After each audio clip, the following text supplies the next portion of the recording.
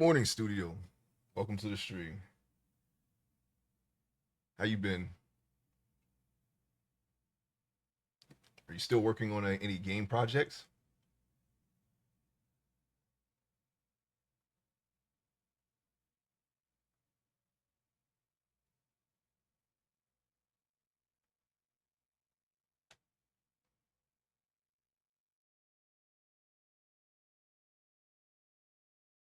I hope it's going well for you.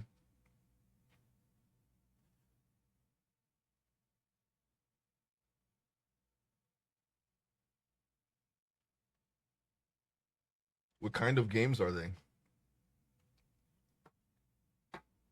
Good morning, everybody. My name is Ace. I'm an artist. We're working on 3D meshes. We're working on our very first one. Well, not our first one, but our first fully completed one, we'll say. We're making Marceling for practice in bigger, better version of the Art Block Inktober edition. Is that for Inktober, or are you just doing a project that you did for Inktober? The art block is a team project, which is nice. Marceline is a solo project, both in Unreal 5. Oh, that's cool. Is it still gonna be 2D, or you're going full, you're going 3D? I want to do a I want to, like, when I get around to making my own game, because you guys are making me want to throw my hat in that pool. I'm gonna attempt a 3D project. I can already make the characters, so see. But they're gonna have to be. I have to make sure that they are not graphic intensive and also done not sloppy. The remake is 2D, but will be practiced for 3D top down. Oh, okay. Like are you talking like what was that one that 99 was playing? Phantom Hourglass. Did you see that stream? It doesn't take much to change the 2D top down to a 3D top down in Unreal. Oh, okay. Yeah, I have not done anything. I think the only thing that I've done was I tested my rigs in Unity. It was pretty cool seeing them move around like people without having to animate them, because they have a bunch of they got mocap animations built in. I don't know if Unreal has that. I should check, because if they do, that would be a nice way to test these rigs here. Even though I'm just gonna pose them, but if I ever decide to animate, that would be nice. The rigs worked. You show, yeah, I can do that. This one isn't rigged yet, but I can probably. Well, no, I can't do that one, because that one was. I didn't put any when I was testing them. There was no clothes, so I can't show it on Twitch. I can put a like this one. I could try this one. Same as you. Okay, Unreal had rigging. It links right to Blender. Okay, yeah. So I'm gonna have to put that together. Yeah, I could definitely maybe attempt that with this. Before I start doing, because what I'm gonna do here is, when this is done, I'm gonna start doing well, I don't know, since this is still kind of like I'm still kind of like learning this in doing everything in Blender. I think I'm going to just move to the next mesh immediately, but when I start doing sometime around when I start doing character turnarounds, I can try to test the rig, or you know what, I could just put it together off stream and then show it real quick and then move on. I can do that. This is what we have so far. We got the clothes. We are now going to start adding details to the clothes, like collars and whatnot.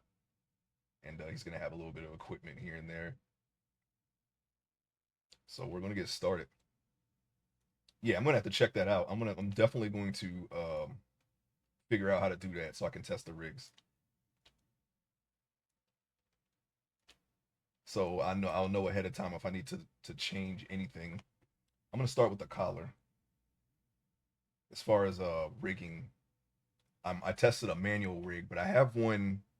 I have an add-on that I can generate a rig, and all I have to do is just like mold my character around it. That's much faster than doing it bone by bone. Although doing it manually has definitely is probably the way to go, because I've seen some people, they can rig their character in such a way to where it moves like an actual person. Like someone could do this, and you can see all the muscles like move like they would in real life. I think that's really cool. I want to learn how to do that, but I don't know like if I'll ever do a project where it needs to be that realistic. But it'd be nice to know, you know, just as a, you know, just oh, how do I do that? Oh, okay. So I'm gonna take this radius down a little bit, just a little. Well, that's a lot actually, and I'm going to attempt to make a collar using this. I think I can just. What I'm gonna do is, what are we doing here? I'm going to mask a collar here. I'm using a reference of a shirt, of course. We're just we're figuring out how to turn these really basic clothing apparels here to an actual outfit. I've never gotten this far. Like as far as the if you take away the boots, just the pants and the shirt, that was the clothes that I made when I was learning how to do this. But now we're going to go a little bit further.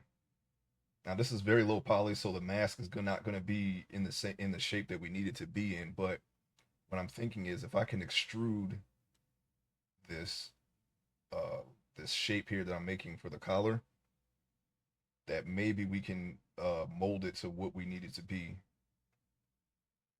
So I'm going to try to do it this way, and I hope it turns out well because I really don't want to remesh this. The polygons are low enough to where I don't have to make a low poly mesh because they're already low poly, and I don't want to make this high poly, really, to be honest. And it doesn't really need to be. The only one that needed to be kind of high poly were these boots because it had that. That's how much detail it had, like the you know the shoestrings and all that, and of course the grips on the bottom. I just need enough there to where I can uh, reference it in a picture. I think it's close enough.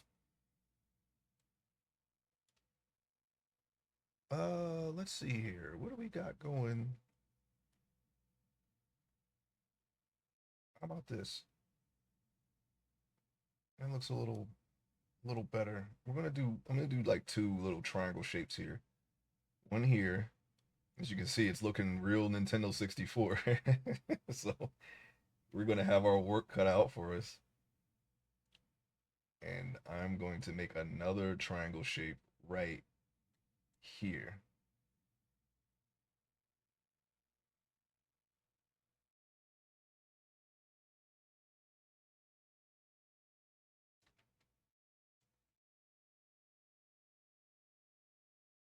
And now we're just gonna wrap it around. It's looking really good though. Oh, thank you. Yeah, I'm actually pleased the way this turned out. Normally, I when I was practicing, I would just stop at the body and then just try to do another one and try to get it like drummed in my head like a workflow, so that way I can just do this without having to look for any outside counsel or anything since I'm still learning. But I'm already working on another mesh and I'm just winging it and it's turning out pretty well. And I'm actually doing it with even less polygons, so it's working.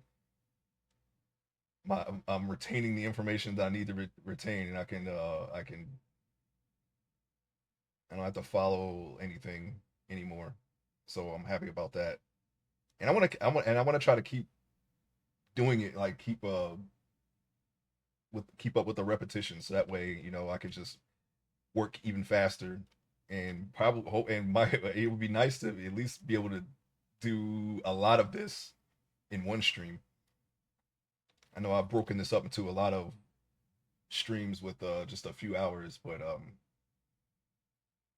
normally when I did a mesh before I was streaming, I would just work on it until you know for longer than I stream. But yeah, hopefully, you know, I think I would have to start sooner in order to do that on stream, but we'll work on that. We'll work on that.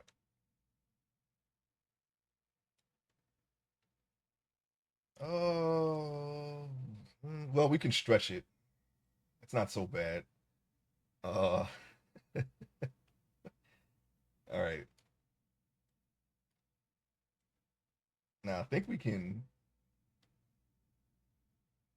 right. No, not yeah. No, not right click. Mask and try to sharpen it. That would be nice, but it's only going to sharpen it so much because the polygons are low.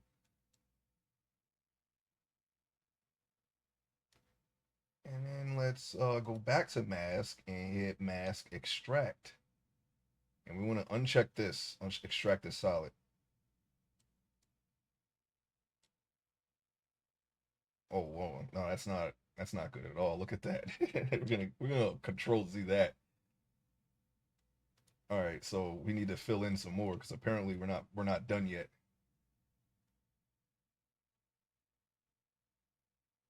You know what would help if I used my stylus for this because I really need to be a little more precise here. I learned how to do it on a mouse, so sometimes I default to that. I have my tablet. I don't know if you can see. My tablet is on a mount, so it's kind of like another monitor. If I don't feel like holding my arm up for long periods of time, then I'll just use the mouse. But I kind of need the precision here, so it looked like it was filled in around here, but it wasn't. So we need to get in there and really get those edges. We gotta make the mask area as dark as we can possibly make it before we do what we were trying to do there. Extract it as a solid.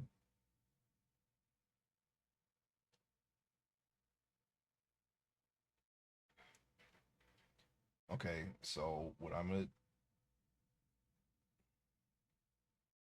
want to see if I could this little area here. I wanted to see if I could fill that in, but it doesn't. Okay, well I guess I have to come out more since the polygons are stretched there for whatever reason. Doesn't seem to be. Yeah, it is actually. It is that way on the other side. I just need something to shape and form. So we're going to fill that in a little bit more.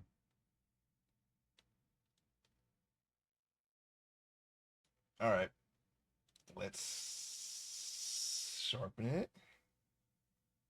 And then let's extract it. And it's already unchecked here. Okay, we got a problem right here. So let's control Z that. And that's weird because the mask, it's only because this is low poly. You're going to run into problems like this when you have lower poly and you try to do stuff that works better in high poly. And since I don't want to increase the polygons of this jacket here, we're just gonna have to deal with it. I can make the collar bigger, and then yeah, I guess that wasn't filled in. See how much better that looks. And I'm noticing little weird thing right there, little weirdness. We haven't smoothed it. Oh, well, we don't want to do that. We haven't smoothed anything out, so we can see the shape of the polygons. It might be a little bit easier to fill them in that way, but I don't know. Maybe it would look better if I smoothed it. But I'm not going to smooth it until I'm done, to be honest. Okay, let's sharpen it and then let's extract it. We could pull this to fit the edge there. I think that's enough. I guess we'll find out.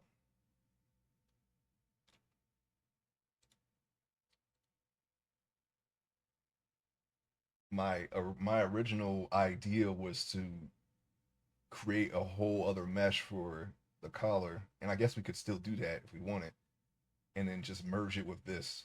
So it'd be like a low poly and then like a little bit higher poly collar since it's small.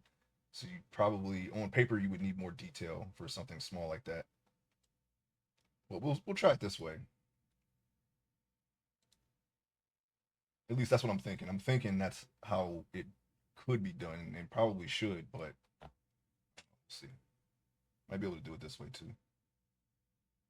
So I'm gonna beef this up.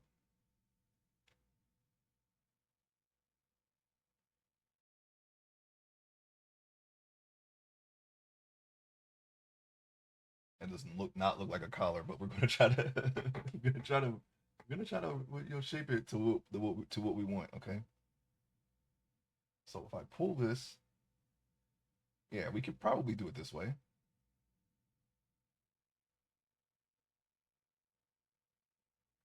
Try to make it the shape of a collar. These are going to be some really large polygons, but I don't think that'll be a problem. Obviously, we do a higher quality, even for the low quality job. If this were going to be the final result for a project or something, but it's not. I think I have enough here to use this as a reference for like a drawing. So we don't really need to go super crazy.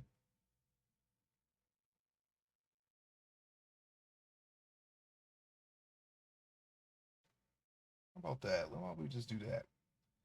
I'm gonna increase the radius of my brush, and we're gonna continue.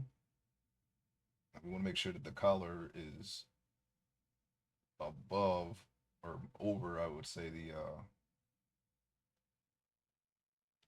opening of the shirt, the head opening. What do you call that anyway? What do you call this part of? I guess this. I'm sure this has a name, not the collar, but the opening where your head goes. But anyway, we want the collar to surround that fully.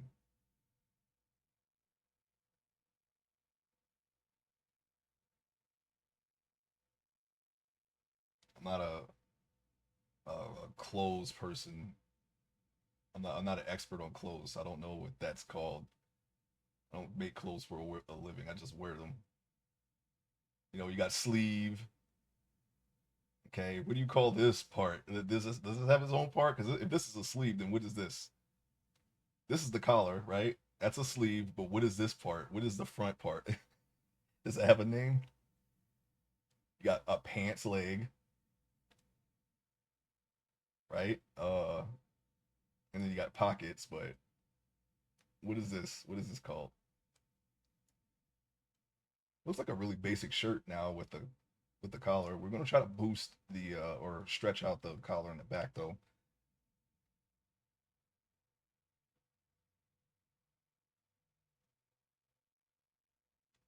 And I wanna inflate that because that should not be there. All right, there we go. All right, so we're gonna take the move. No, yes, the move. What is this? The grab tool? Yeah, grab tool. That's right. I think move tool is this down here, right? Yeah, right. I was wondering the reason why I was saying that because I was wondering if I was getting that confused with ZBrush brushes, but nope. It's a move tool in this brush and this too. I just don't. I don't really use the move tool unless I'm doing like if you're manually rigging something, that would be a good thing to use. You can move the bones exactly where you want them,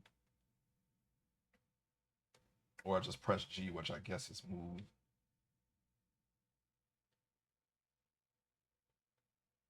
Move, rotate, scale.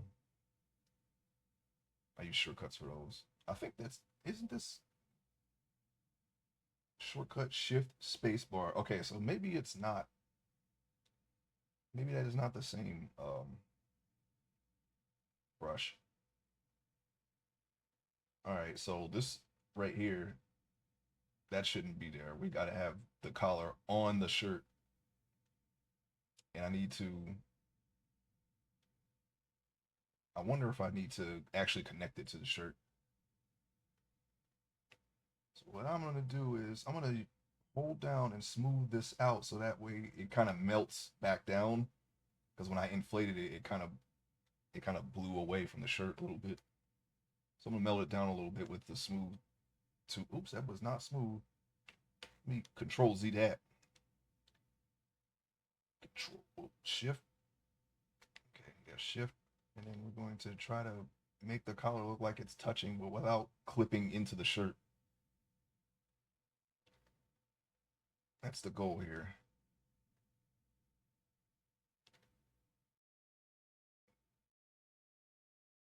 Make sure not. I don't want to be able to see through that under any circumstance. That's not going to look right when this is fully rendered.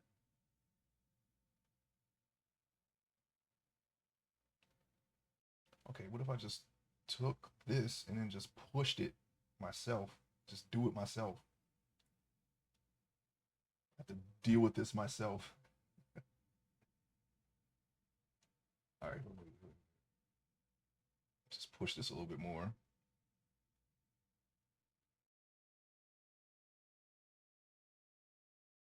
Yeah, here's another part here. I want to push that right onto the shirt. We got a little bit of clipping there.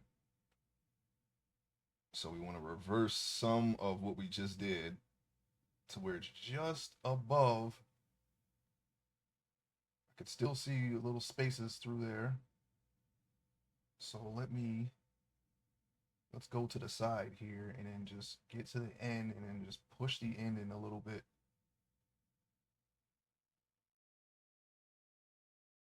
I'm gonna push this in a little bit more. I think we got the front, right?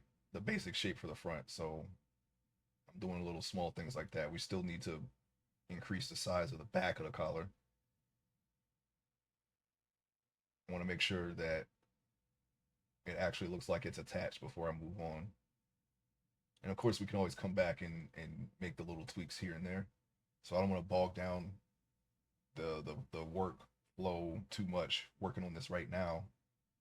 But I think these little corrections can be made without really taking too much time. So I'm doing it.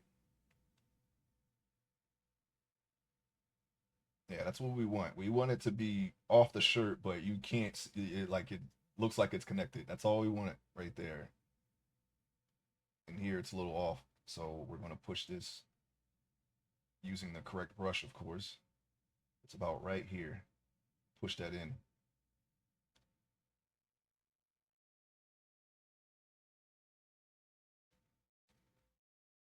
And if I were to use this, like when it's rendered, use that as a reference, we would just ignore this space, like seeing into the shirt. Probably wouldn't be able to, so we could probably just put a shadow there. Like we have the light coming in from this way. You could probably show a little bit of color in here from the light reflecting off of his neck if the light was on this side, and then just slowly like blend that into shadow. At least that's what I'm thinking. I don't know. Maybe that's wrong, but I feel like that's the way it would go. As long as it's close enough. Like I said, it doesn't have to be perfect. We're just looking for close enough. Close enough to almost fool the eye that it's right, even though it might not be 100% accurate.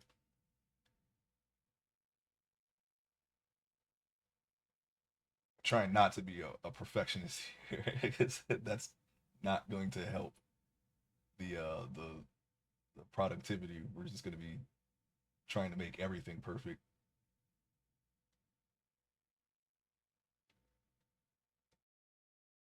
Oh, push that there. I can still see that shirt there. Oh, what the heck? Maybe I need to do this.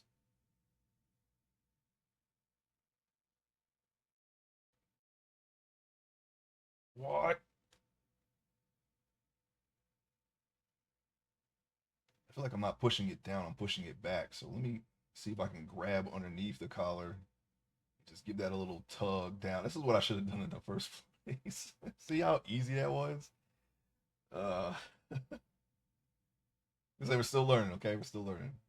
Still learning. Don't worry about it. We don't want it to clip.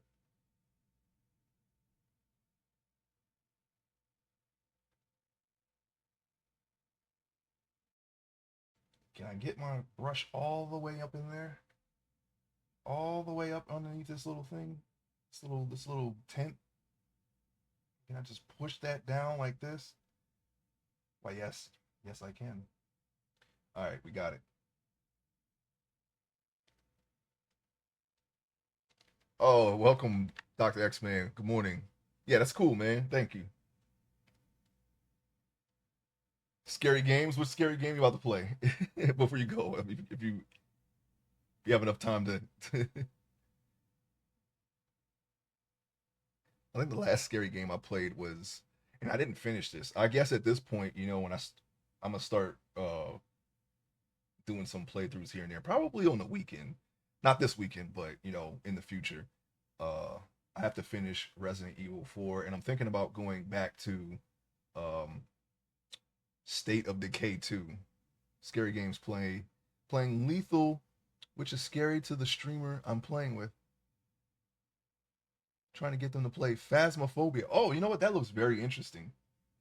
I kind of want to try that, but I mean, I'd be soloing it right now because the group of people that I typically play with, we're all doing our own thing, and I don't know if they would play that game, but that game does look interesting.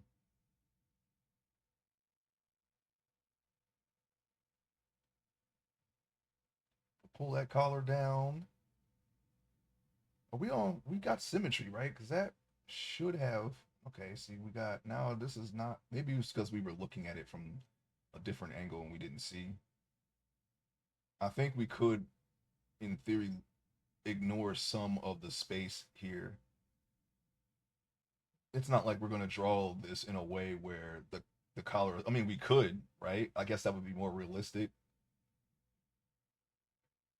Oh, I see why. Okay, because I unclipped it. Yeah, that's yeah. Yeah, they have a bunch of little ghosts. You got to talk to them and find them.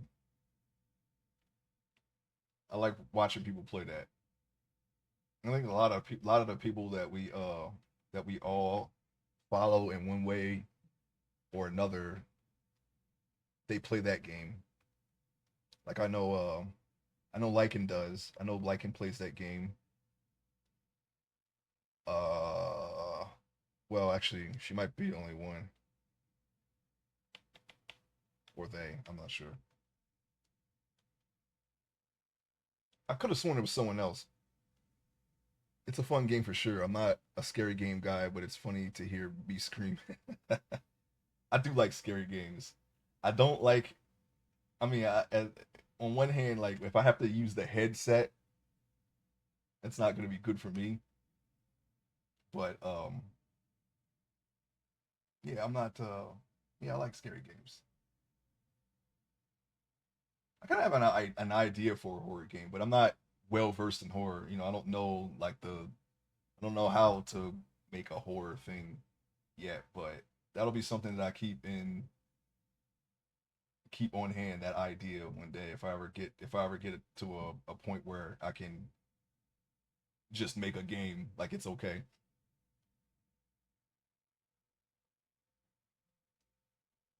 But yeah, I was playing Resident Evil 4. I didn't finish it though. I was enjoying that. I don't think Resident Evil are scary though. It's more like an action thing. It's you can fight back. It's not like Clock Tower 1, okay, you're almost defenseless, or Five Nights at Freddy's where you can't just bop the animatronics. You have to keep them away from you. Resident Evil 4 is one where people think they took the horror out. 2 is a scarier game. Yeah, you know what is as far as I think 1 was probably the scariest. I did not find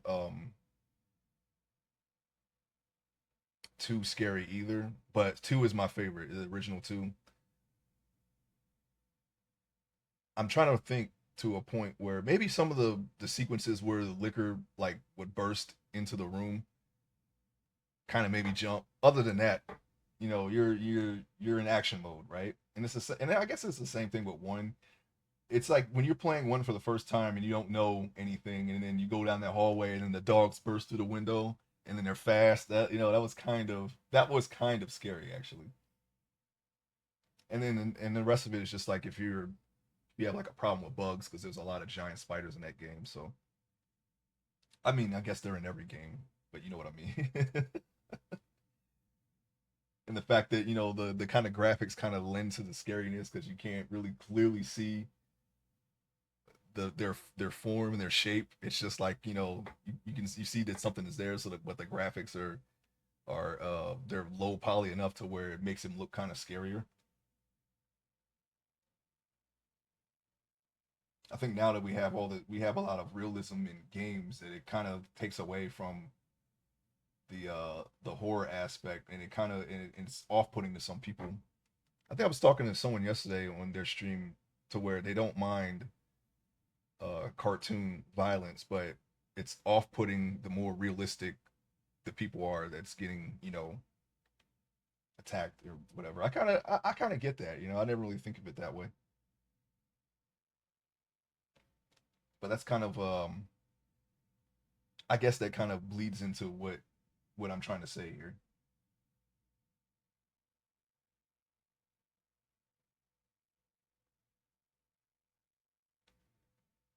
Okay, we're just going up and down over and over again because I keep trying to put the collar down, but then it's clipping in. Have you played My Friendly Neighborhood? I think that takes horror to a fun place where you don't get put off. I have not. Um, the closest thing that I can think of is and I just got this game too on Humble Bundle. It was I think it's called Amanda's Adventure. That's something like what you're talking about. Is it called Amanda's Adventure or Adventures with Amanda or something like that? Where it's like it's got like this bright kid friendly like TV show, maybe like a WITF kind of children's cartoon feel to it, but you have that underlying horror aspect with it because something is wrong, like they'll say, or something would happen. That kind of sounds like what you're describing, My Friendly Neighborhood. But I'm gonna check that out. Make sure I don't forget that. I can type that in over here on my other monitor.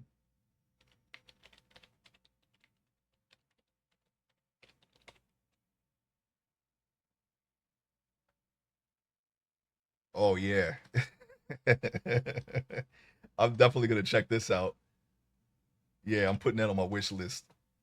Yeah, thanks for showing me that. That looks like something that I want to see. At least at the very yeah, it's called Amanda the Adventurer because people it's similar to what you're saying here. So they have it on the side here that oh yeah, this is similar to this, and yeah, Amanda the Adventurer, and they're coming out with a sequel to Amanda Adventure. That's kind of the same thing. It looks like people have already played My Friendly Neighborhood, so even if I don't get it,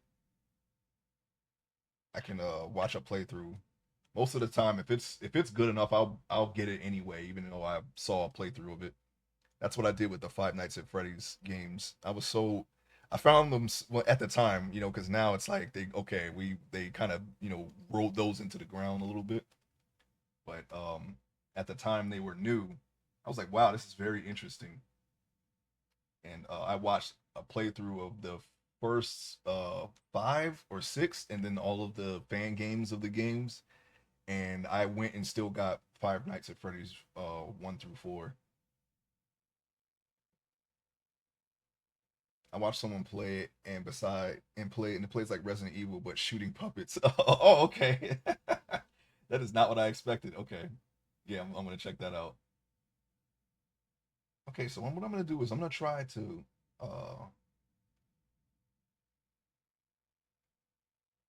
add more volume here but it's still raising the collar.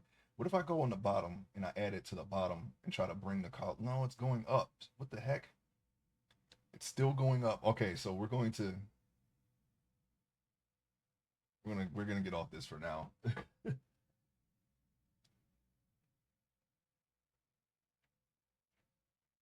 I think the scariest game that has come out in recent times, and it has Atari graphics. It's called Faith. They made 3 parts to this. It's kind of It's very inspired by The Exorcist, and it has Atari like stick figure graphics, but it's extremely uh horrific in a way.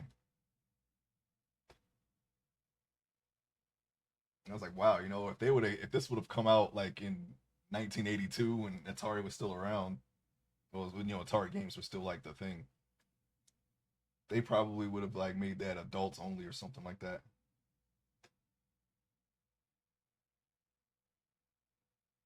Am I using the right? Okay, I'm just pulling that. Okay, see this. That's just two polygons there. So I'm trying to see. Okay, yeah, I can stretch them still. Yeah, well, I mean, why wouldn't I be able to? Right? Doesn't matter how many polygons there are. All right. We have a collar. It's not completely attached to the to the character, but we have a collar at least. At least we can just draw this line. Not that that would be needed for a reference, but like if you're doing it in perspective, you can still get a feel for how the collar would look in perspective. I guess if I were doing a downward 3/4 view, you could just draw this and you can't even see the space from here. So okay, streamer is ready. I'll be lurking for real now. Hope you have a good stream. Thanks, yo. I hope you have a great time playing Phasmophobia as well. Um, if you happen to be streaming that, I'm gonna head over to you as well when I'm done. If you're still streaming when I'm done, that is, I'll come check it out. I don't know if you're streaming it though.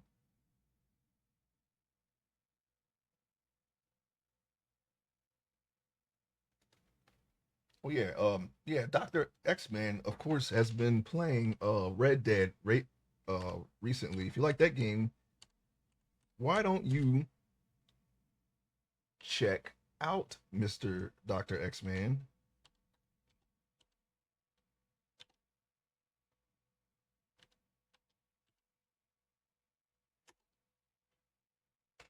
I like hunting and fishing in that game so much. I almost want to play it again just to do that.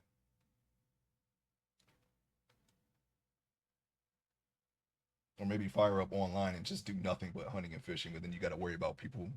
Some people sometimes people their idea of fun is just killing anyone they come across, and you're gonna have to deal with that if you play with it if you play Red Dead Redemption 2 online. And I don't want to do an RP server either because one, I have to pay for it, and two, I have to RP. I'm not really an RPer. It's very awkward for me to RP. I tried RP once, ever. I was playing an old online game called Star Wars Galaxies, and I was playing with a bunch of people who were RPing, and they were like pretending like they were actually these. Of course, that's what role playing is, right?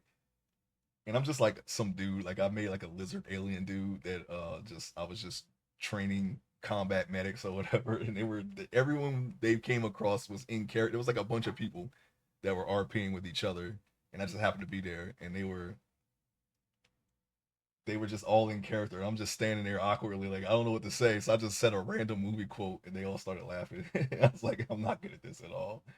I'm like, I probably should not try to RP. But if you join an RP server, one of the rules is you have to RP. So I can't just hunt and fish on that either because they don't just kill you. They have like a very strict set of rules on RP servers that doesn't allow you to grief people too much. And I just want to hunt and fish in peace. So the only way I'm going to be able to do that is just to play single player, unfortunately. But uh, I mean, never say never. I mean, I see a lot of people do play or they stream RP. Like I don't know, I don't want to, I don't want to act. I don't want to do that. But who knows? Maybe one day. I'm not completely opposed to it. I'm just saying that I just want to hunt and fish. Okay. Uh, how about we push this in a little bit more? We want to kind of move that up. Like I said, we can ignore things like this if it's still this way in the final product. But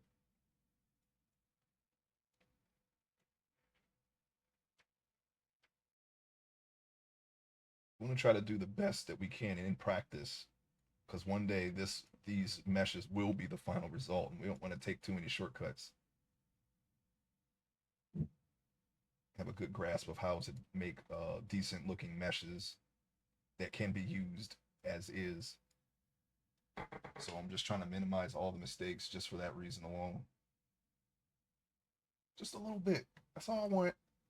All right, so well, yeah. All right, so that doesn't look too bad. I can, besides this little bit right here, like I said, we just put a shadow there since we're just using this to draw. All right. I think we can move on now. Let's save it. I've been having some oh yeah.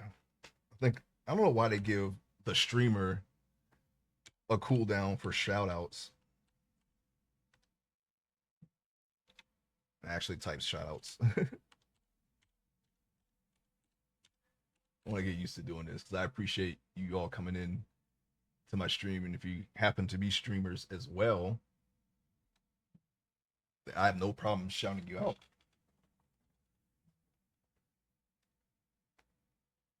Studio's another artist too. She's making games, and she's a pretty good artist as well. So if you like seeing art, probably check out that stream as well.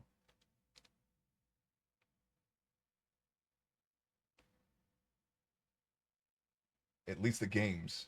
I think the games are on itch.io. If you're still studio, you can feel free to plug your games whenever you want. I don't have the links on hand, but I know you know the links, so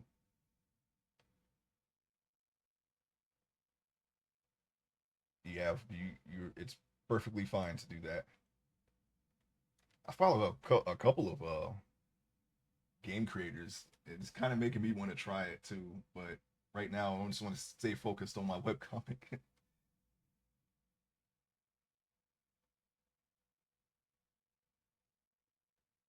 I do have some ideas that are completely unrelated to this.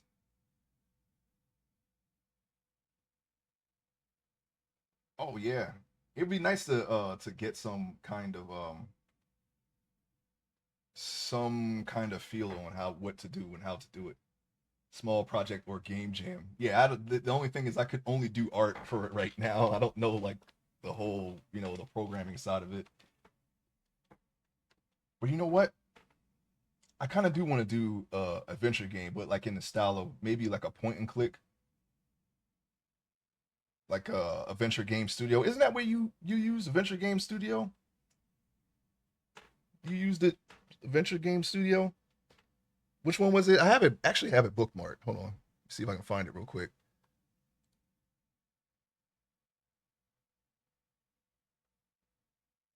I'm sorry, I'm not 100% focused on the drawing here, but I'm just trying to.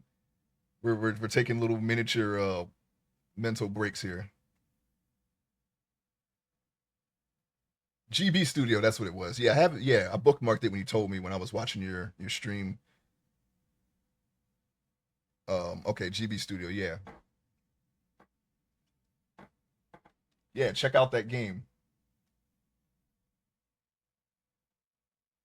Art Block, Mermaid, and Marceline's game. Yeah,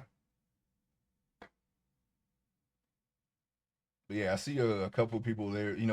They are. I could have just did one link from my profile. Yeah, that's okay. Don't worry about it. That's just fine.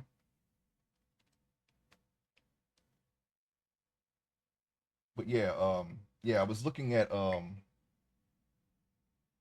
adventure game studio for an adventure game. I see a lot of people doing that, and it's mostly just you have the art window. I could do a game like that no problem because it's just art, and you have to like kind of just well, I don't know how it's done because they don't show that side. Normally, just they're just drawing a scene or whatever, which is right up my alley. I can do that no problem, and it wouldn't take much for me to try to create a story around some art. Not I don't have to animate anything. At least I don't think so. I think some games like some adventure games of that type were on Nintendo and they did have some animation. I guess I could do that too. But if it's just pictures, yeah, I can easily make a game like that.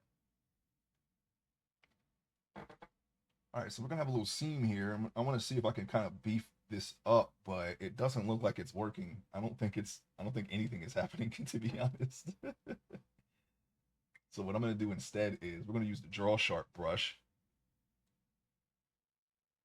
Yeah, it's like I got like maybe 4 or 5 people that work in that engine, and they're all making adventure games.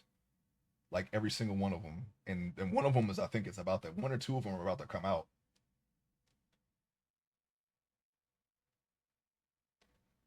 And one person is making like a Mac adventure type game, which I'm very familiar with. That was one of the first ones I played. Um, I played well. I think the very first adventure game I played was Adventures of Willie Beamish. That was on Sega CD. That's more of your traditional Sierra point and click game.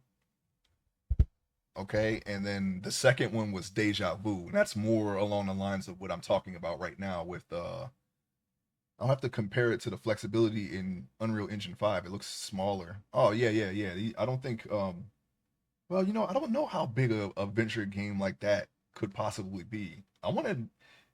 I should probably look for that later. Like, what is the biggest adventure game done in that format? And I'm not talking about like gigs upon gigs of just just move to one room here and move. That would be crazy, right?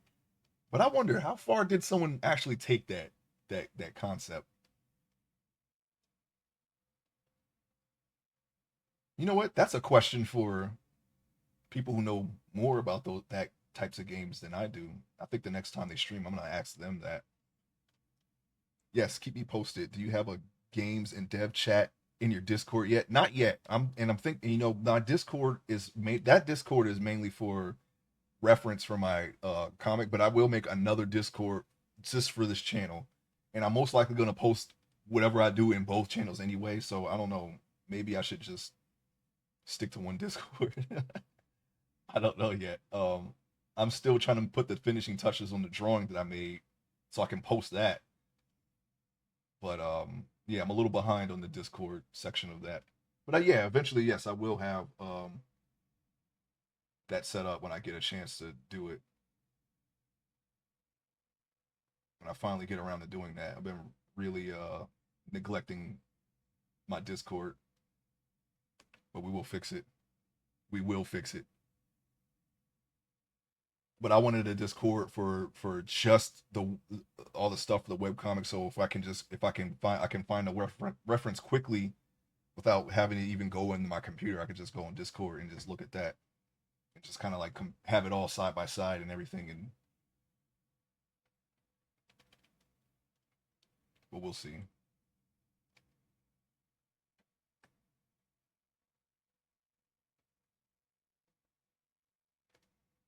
Hey, the studio, do you want to read a draft? As soon as I get this next draft ready, I'll let you read it if you want. You can tell me what you think because I could use all the feedback I can get. It's not I'm not a I am not a professional writer. I haven't really written anything since school. I did a creative writing project in school, and they wanted me to switch to a creative writing class in the middle of the semester, and that was the reason why I declined because you switch a class in the middle of the semester, that kind of affects your GPA. So um, my mom is an author. If you want me to ask her as well, yeah, sure. Yeah, I still have to check out her book too, and I do have that written down in my notes here. I kind of forgot to look at that, but it is written down. Eventually, when I see the note, I will remember. What was it again? It was red something, right? Where did I write it?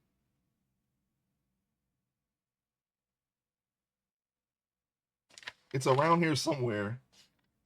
The red tree. There you go. Let me write that down again because I don't know where I wrote that at.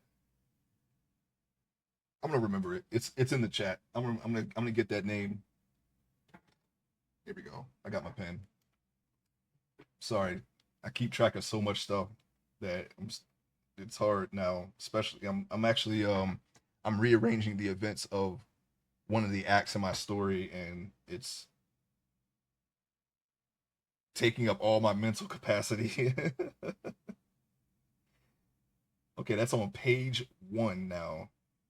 I don't remember which page I wrote that on. I have some notes here. Yeah, I have all the other notes that I wrote down between during streams, but and I know I wrote that down. I just don't remember where. Anyway, I wrote it down now, so it doesn't matter. It contains the Red Tree Saga. There's a few others that's her first one, but you can always DM when you're in need of something to read. Okay, appreciate that. Yeah, it's I have a lot of and it's not too bad, as far as content. There's some mature things in it, but it's not like a dirty thing. I don't know, what your tastes are in stories, but it should be safe to read. I don't think it'll be offensive in any way. Um, at least I hope it's not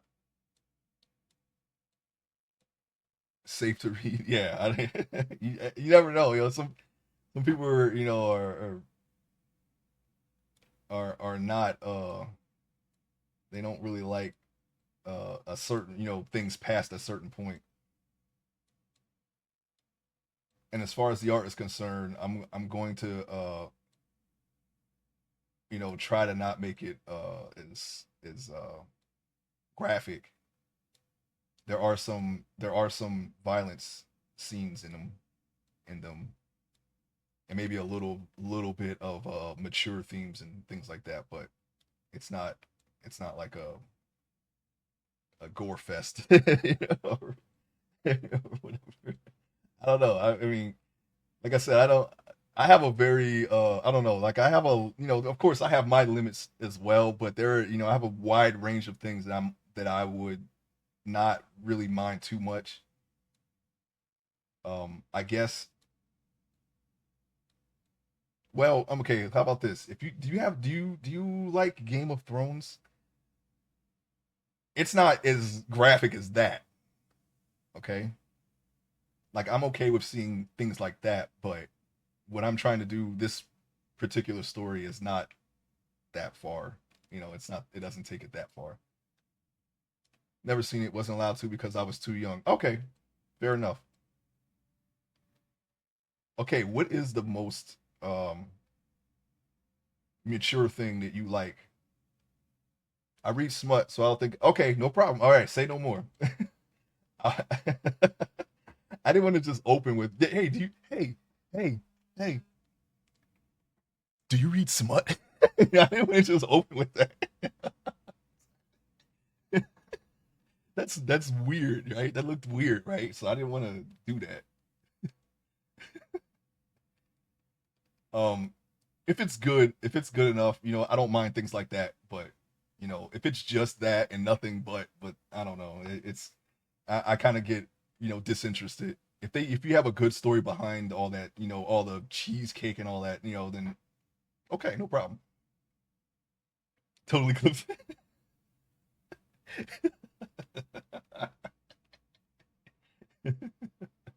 I hope nobody gets offended. You know what I noticed when if there's some streamers out there that I know they have this thing where if you get a shout out, they play your recent clip.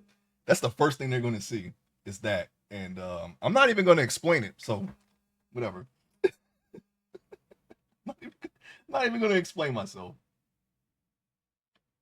I let people just I let people believe what they want to believe.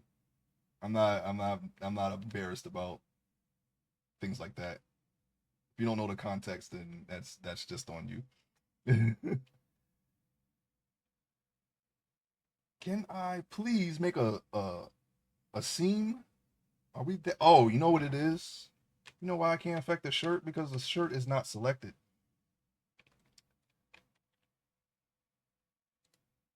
That was a mishap on my part.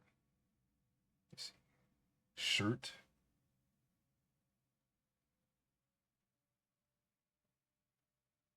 Yeah, shirt. All right. We're on the right track now. Also, since we're on shirt, I can see a mask right here. We don't want that. So we're going to Alt and M, and it's gone. It removes every mask, all the masks on whatever object you have selected. So there's that.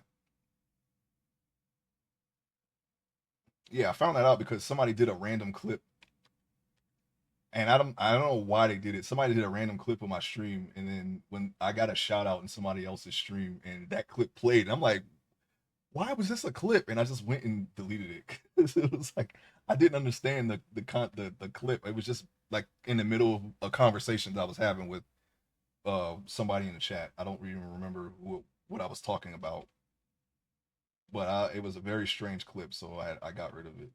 But that's I'm not even gonna. I don't even care if that happens. If somebody shouts me out and they play that, that's gonna be something. I wonder how people are going to react to that if they have that feature on their stream. That is, I don't even remember who that was that had that thing.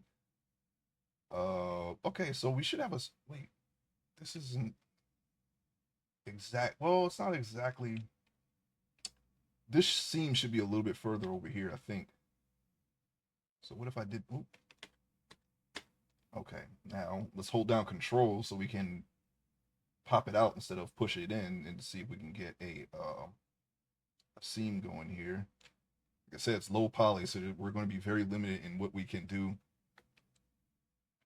I'm not going to make this too high poly because I feel that this is enough to use as a reference. I don't really do clothes often. Well, that's not true. I mean, I do what's functional when I draw. Like that one picture that I drew a couple of weeks ago. I was saying that I never really drew a proper yellow leather jacket before, but I didn't do too bad there, so it's not really a concern for me. I just find a reference from Google and use that if I feel it's a good reference. So can I just do that? I feel like if I find a good texture and just texture it, maybe that could work, but I don't know. What I will do though is I'm going to create separate meshes for the pockets. I think you can have those put in to the add-on here. They have a little pocket. Don't they have a pocket command, something like that? I don't know, but I never used it before, so I'm just gonna do it myself.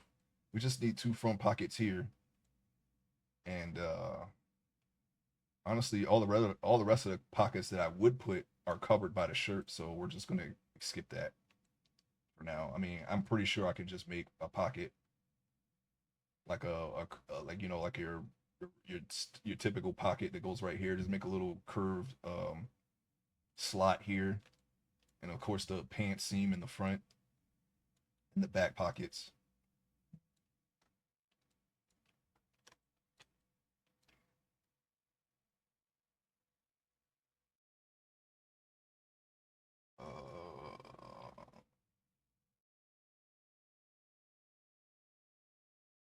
So let me try to make this a little bit stronger then.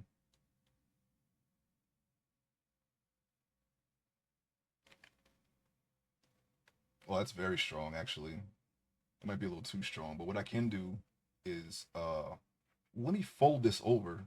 I'm gonna grab that point up top and fold it over and see if I can try to create the seam that I'm trying to go for here. There's like a little extra flap that goes over the buttons on a shirt like this. And maybe if I can take this little this the pinnacle of this what would you call that? A spur, a draw. I don't remember. I actually don't remember that stuff. But I can take that and fold it over and try to create like a little space in here that would make it look like that. I'm going to cover that up because pulling it over is starting to clip it. Oh, you know what? You know what? I should probably take off symmetry so it does not do that. Since we're only working on one side here, This is not what I was. This is not the right brush. I done goofed. I done goofed. I'm gonna smooth that down. Apparently, I was just making reverse draw sharp things. So I'm gonna push this over.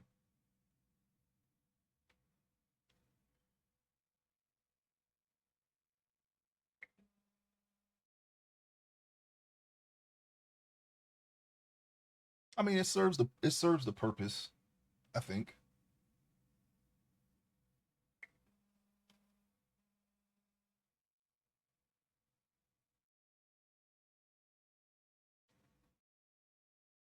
Yeah, that kind of looks like what I want. Because now we have this plane here, right? And we can just make this a dark color. Like if we were referencing this, we can see that this is here and just make a shadow there. I mean, that's how I use reference anyway. I don't know if there's like a rule of thumb for reference, but besides it being accurate, that's probably the most important thing. You want to have a good reference when whatever you're referencing, whenever you're referencing something.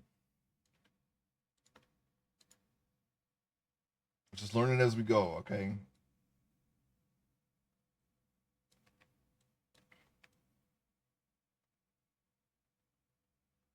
I kind of wish I was doing well. I mean, in a way, I was. I didn't really use a lot of reference when I was a kid. When I was drawing, I just drew. But there were times where I did copy what I was drawing, but I didn't really see it as that. I was just trying to draw what I saw. But I had a lot of toys, right? Superhero toys and GI Joes and whatnot. That was, those could have been used for reference for a lot of things. I never really thought to do that though, for whatever reason. Not until I got in high school. I had this Hulk toy that was super defined. I think it was from the 2003 movie, and it wasn't since I was a teenager, I didn't really have toys, but someone else did, and I used the toy as a reference. I actually had that's like how I started to learn how to do muscles, was from that, because Hulk was so defined. So I was like, oh, maybe I can use this as a reference to learn how to draw muscles. It's a little bit exaggerated, of course, but you get the idea.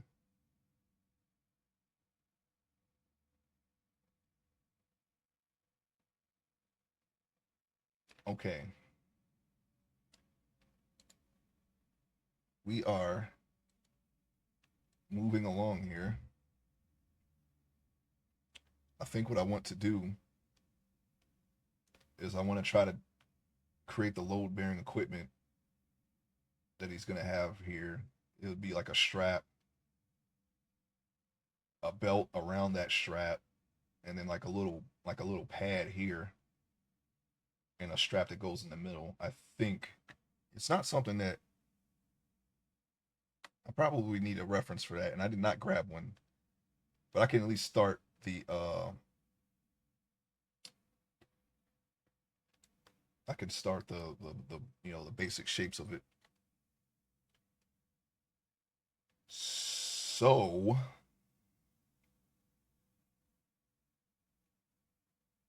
we're going to need a mask, and then once I extract this the mask from the mesh here,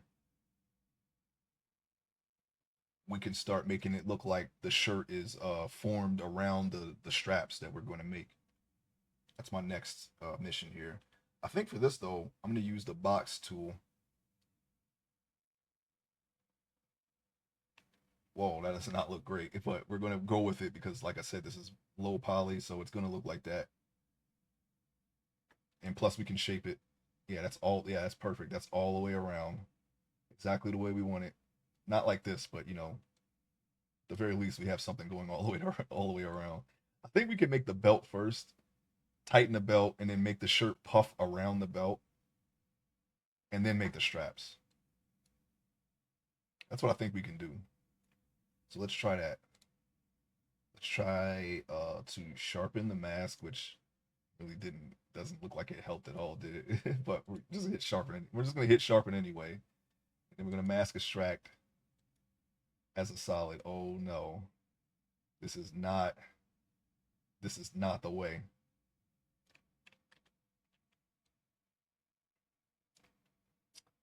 All right, we're going to need to. You know what? No, you know what? Let's go back. Let's go all the way back.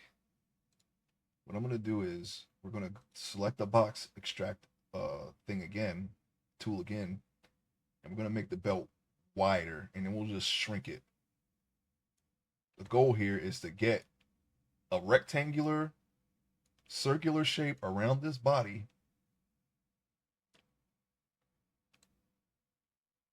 that is complete and not like segmented like we just got there. And then we can just shrink it down. Sharpen the mask, and then let's see, mask extract. That's fine. We can shape it the way we need it to be. All right.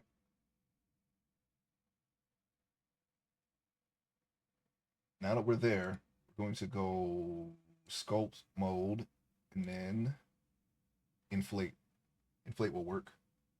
Let's beef up. Let's pump up the power. It's actually just not the, that's not the power. The strength is the power. But we're pumping it up anyway. All right. We're going to pump up the power anyway. Whatever that means. I don't know. Just saying stuff now. Don't worry about it. Anyway, we're going to do this. Okay. Now we have to shape it to make it look like a belt. And then we're going to make it a little bit thicker once it's a proper shape.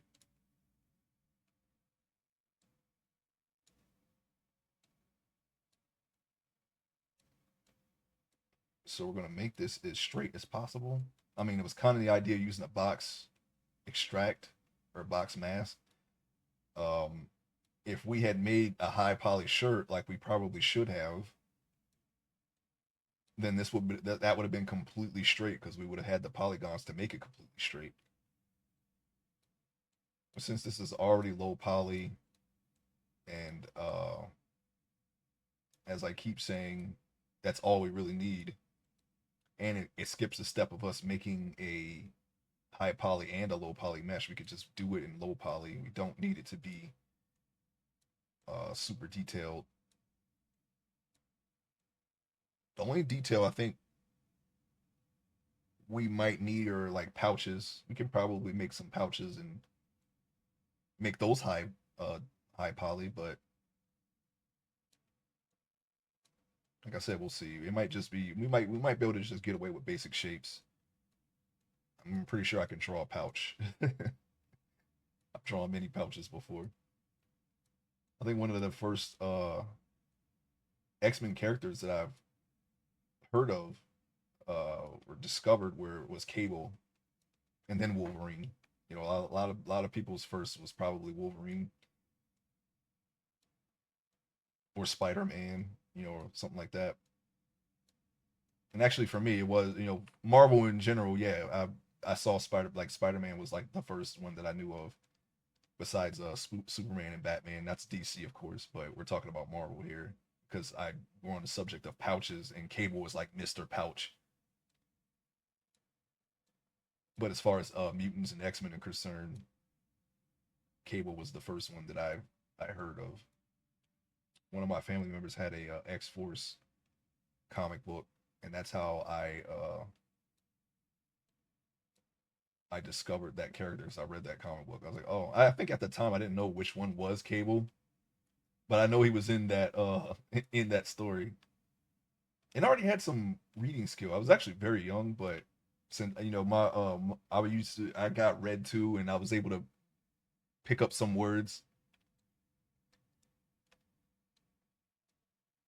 So I was able to read the word cable, probably because you know I watched TV. I watched a lot of Nickelodeon. I don't know, maybe I was able to recognize that word, but I remember recognizing that word.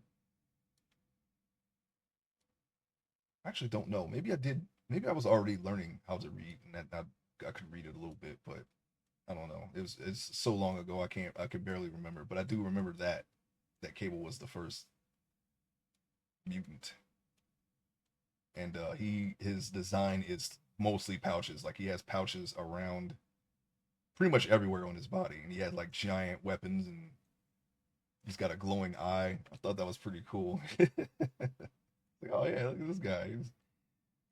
Guy is a walking one man army. You know, he's like a lot. He's basically a giant GI Joe, a GI Joe in mutant form.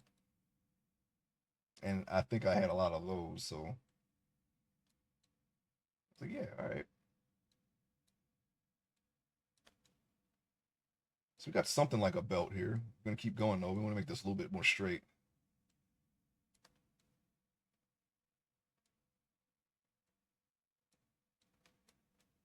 I'm gonna bring this down. After we make this straight, we're gonna kind of constrict it around his waist, and then we're gonna puff out the shirt around the belt and make it look like it's tight around him. And then maybe we can add some wrinkles if we can. I think the way we did this seam here with the draw sharp, we could probably do this the exact same thing with the wrinkles here once we beef up this belt a little bit. So let's see. Let me lower the radius a little bit. I'm going to take the seam out of this belt by scraping it down like so.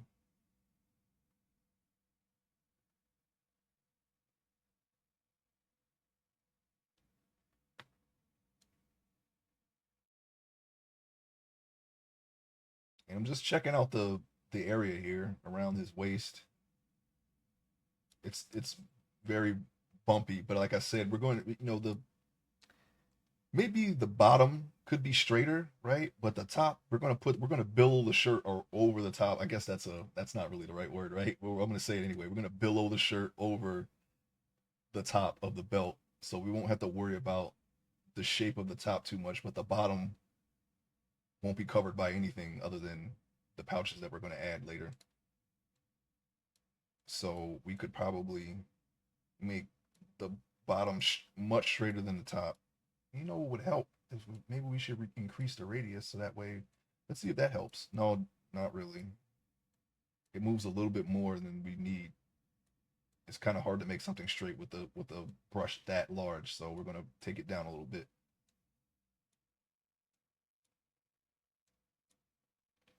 We want to make it so that, no, that's still a little bit. If we want to do like little, see this little bump here, this little stalactite.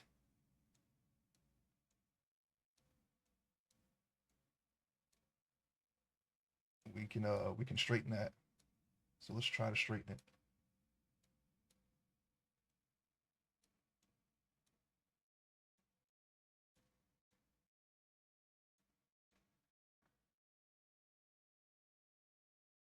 And we have the belt kind of taken on took on the wrinkles here on the small of his back.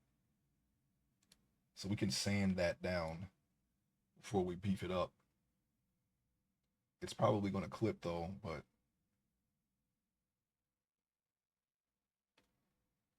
yeah, it's going to clip. So maybe we should beef it up then. Let's just beef it up now. Let's beef up certain parts of it. See if we can get some kind of roundness, and then maybe we can make it flatter because belts aren't going to be like inner tubes, right? And we're kind of turning it into an inner tube when we inflate it like this. We're using the clay sharp brush. I was going to say we're using the inflate tool, so it's appropriate, but we're actually not using it, so that wouldn't land. What we're going to make it a little bit thick, try to make it a little even all the way around. And then we can attempt to make it straighter. We can beef it up right there, right there. Front doesn't look too bad. Let's look at it from different angles. This one, the back is probably a little more puffed out than the front.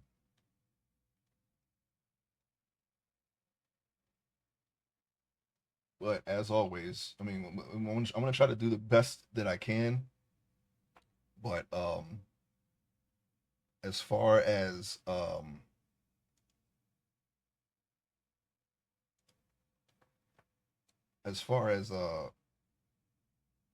drawing is concerned, we can always make it straight on the drawing, so that shouldn't really be a big deal.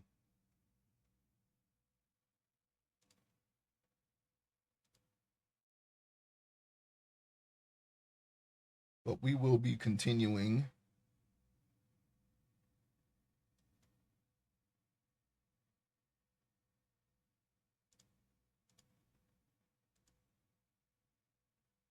And we have a belt that we're going to continue to make a little bit more like a belt. I just want to make it even so I can flatten it, because I'm going to flatten the heck out of this.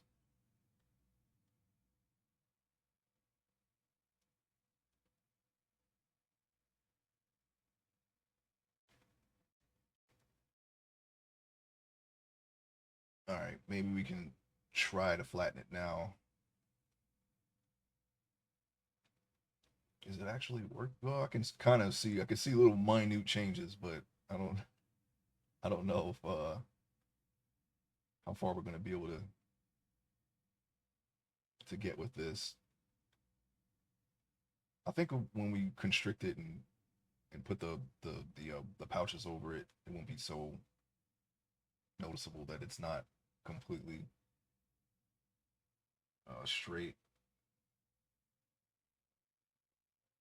I'm kind of just winging it here. I don't have I've never made accessories and things like that. I've only practiced the person, just the person, and a little bit of the basic clothing. I'm not gonna even mention the boots because I always mention them every stream, and I'm tired of saying that I've never done boots before. I say that all. Try not to repeat myself too much because I actually don't like doing that, and I know I do it a lot. So just bear with me. Um. All right. So what we can do now is, I think how I should do this is, first let's save it. All right. So what I'm going to do is I'm going to go into object mode, and then I'm going to select the shirt, and now we're going to start pushing in the shirt. I need it. What? What? Let's go back to object mode. Okay. Shirt. Sculpt. Okay, we still have the mask there, no problem. We're going to alt in that. That's gone. And we're going to push in the shirt, as I was saying before I was rudely interrupted by whatever happened there. I want to get this part of the shirt as close to his body as I can now. I know the last stream we pushed it out to straighten it, but we probably should not have done that, because now we're pushing in the shirt again back to his waist, because we want to give this the appearance that the belt is tight around his waist. So we're going to push in the shirt and then push in the belt, and then we can make it so that the shirt looks like it's being affected by the belt being tight around his waist, which means just puffing it out at the top. So maybe we don't need to push in the top too much, now that I'm thinking about it, because we're going to bubble it around the top of the belt, and then tighten the belt, of course, and hopefully give it the appearance that he's wearing a belt, or at least a belt like equipment thing. It's not really a. I guess it's more like a strap around them. Whatever. It's utility belt. It's not a utility belt. I just wanted to say that anyway. And it could clip around the waist. It doesn't really matter because the belt's gonna cover it. See if we can push this in without deforming it too much here. I'm just gonna go all the way around and get it as close to his waist as I possibly can, because we're going to shrink the belt.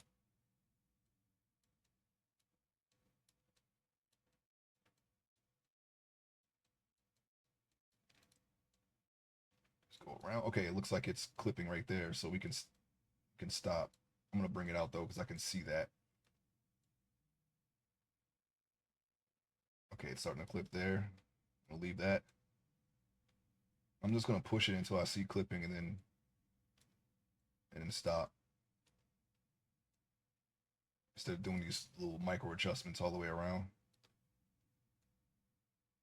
It's already clipping there. Is that a clip? No, that's not really a clip. Is it? Yeah, a little bit.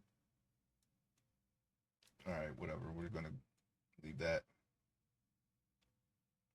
And since he has a small arch in his back, it's gonna probably take a little bit more to clip on his back here.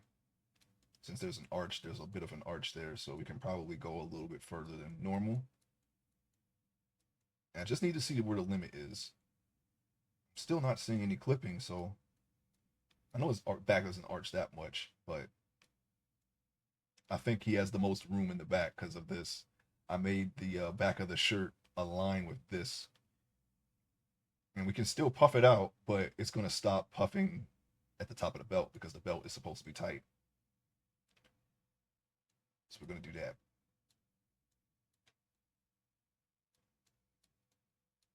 Let us see how far we can go. Can we push further, further, further, further?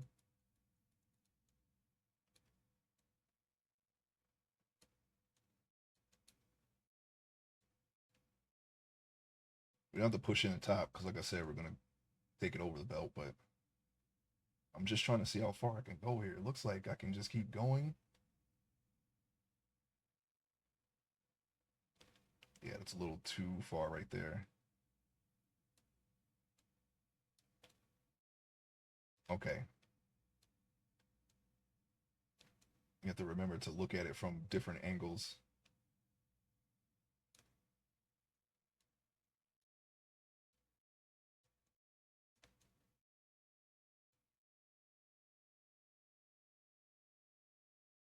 Yeah, I didn't.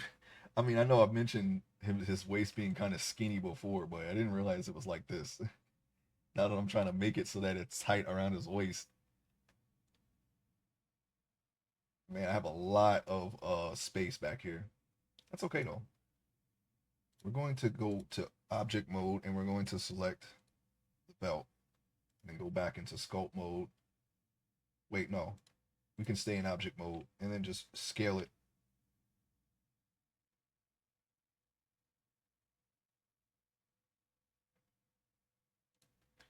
Let me see something. Yeah, look how much more room I have. This is how it should be. Like this belt should be tight around his waist like that, but it isn't. And maybe we should make it that way. Maybe if I remove the, what is this? That's mesh 01. Okay. Let's get rid of that for right now. Let's select the shirt and go back to scope mode. And then we should just, this is the proper way to do it. So that way we can see what the heck we're doing.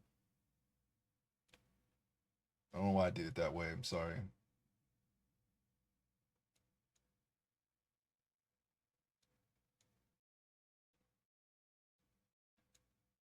All right, so we're gonna just jam it in as far as we can.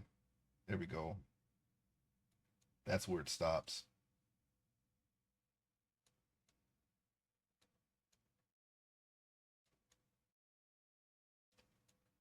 And pull that out just a little bit so we know where to stop. And we have the belt. Push this in as far as we can. Okay.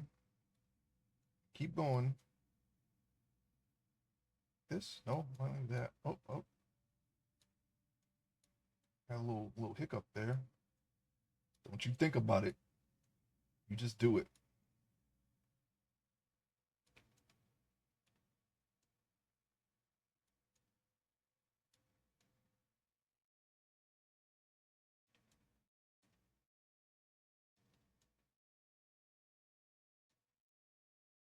I don't want to push it in too much. I just need enough room to give it the appearance that it is tight. That's all.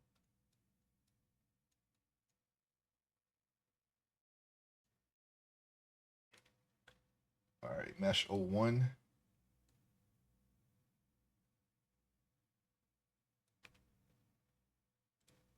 Object mode, and we're going to select the belt.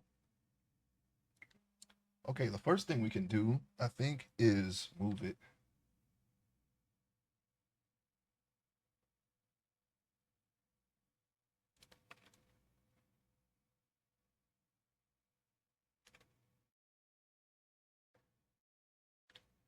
Or we push it back some. Scale it some more.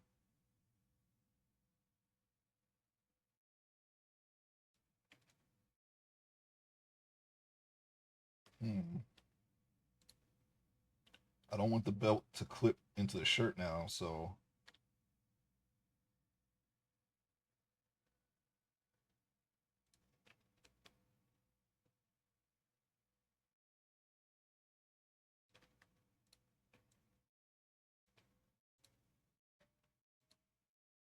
let's try to shape the shirt around the belt now.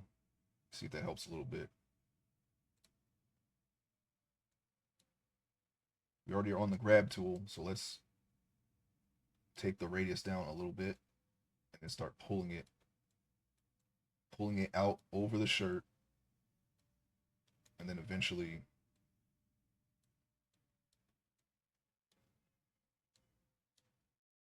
get it to where we can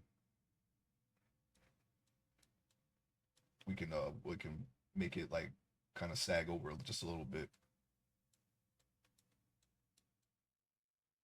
I feel like this brush might be a little too big, so let's adjust it down a little bit more. Okay.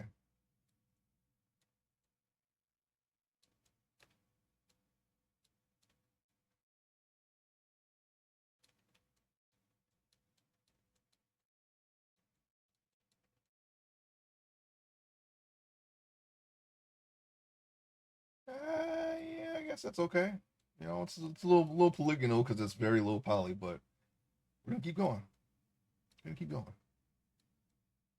And I'm gonna have to use some reference for this part here. I know there's a big. I don't remember how what goes back here, because you can put maybe like the canteen on the side and some pouches, and I got some pouches right here in the front.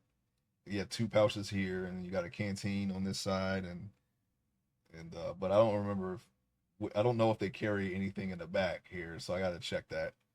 I don't know. I do know that there's like a strap that goes over your shoulder here, and then like a suspender type strap that goes right in the center.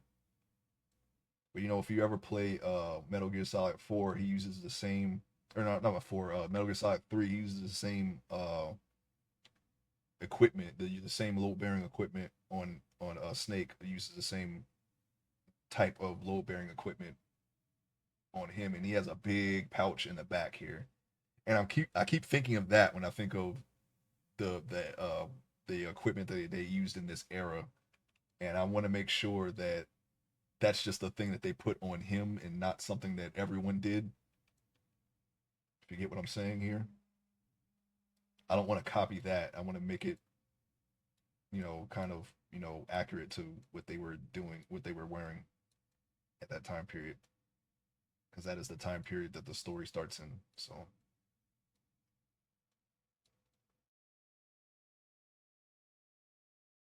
let's see if we can pull the shirt out some.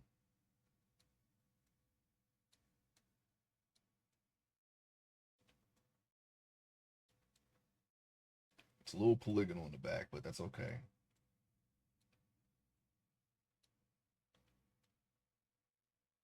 Yeah, that's okay. As long as we have the basic shapes here, we can draw the things here and then put the wrinkles there. I think I need to see like how a wrinkle would intersect with a horizontal excuse me, had to sneeze. Horizontal wrinkle when it comes to this. Like we had horizontal wrinkles in the back here, but we're going to have vertical ones from the belt as well. So I got to see how that looks. Thank you, studio. I don't know. Every time I stream, I have to sneeze at some point during the stream, and I don't know why that's a thing. It's not dusty in here. I try to keep my house clean, but um, it's always when I'm streaming. It's probably just the uh the weather or pollen or something. I don't know. At the most, I'll sneeze, but it doesn't really affect me too much. Besides that, I know we're technically still in spring, aren't we? It's not summer yet. Maybe I'm wrong. I don't know. I'm pretty sure summer is in a few weeks. Could be wrong though.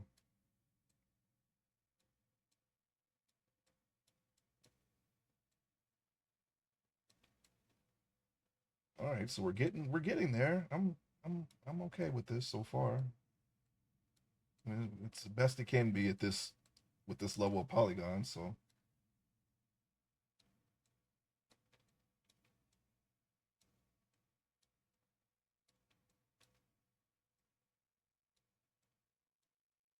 let's see if we can keep going here.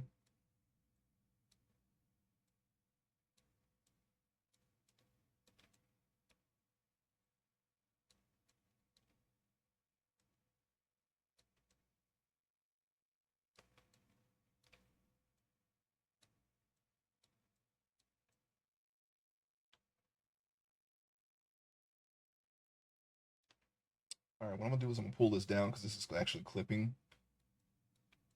All right, now we got some semblance of a top here.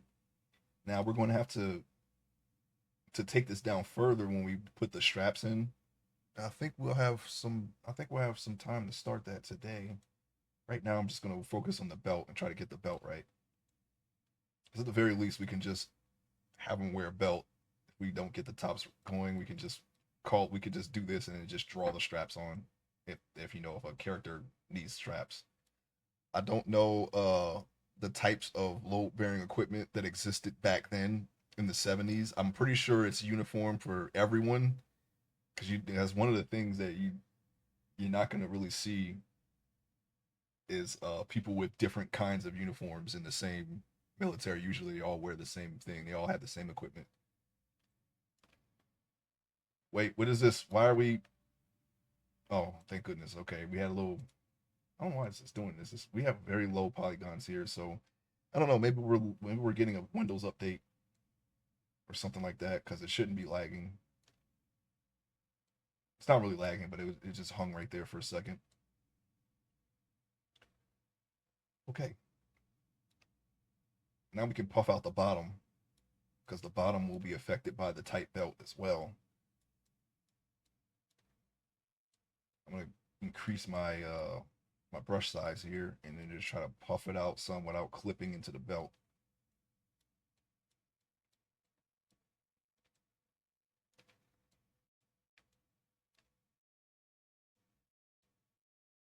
Puff it out a little bit more, a little bit more, a little bit more.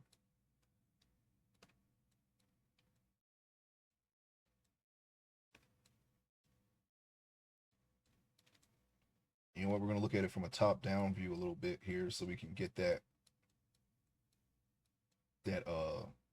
like that dress. I don't know what they call it. You know how they had the dress cage shape back then, where they had the little cages to make their hips and their butt look bigger in the 1800s. So I guess that was the intent here. We're gonna try to make that shape with the shirt because the shirt will make that same shape if you're like you have an outer belt that's tight enough around your shirt. It'll make that like that bell shape. So that's what we're going to try to do here. And the best way to see that would be to look at it from a top-down view. And I guess you could look at it from the bottom view too, but I feel that the top will be more useful because we're trying to get the shape going currently. And so we're going to stay at this angle for a second, and then we can go down.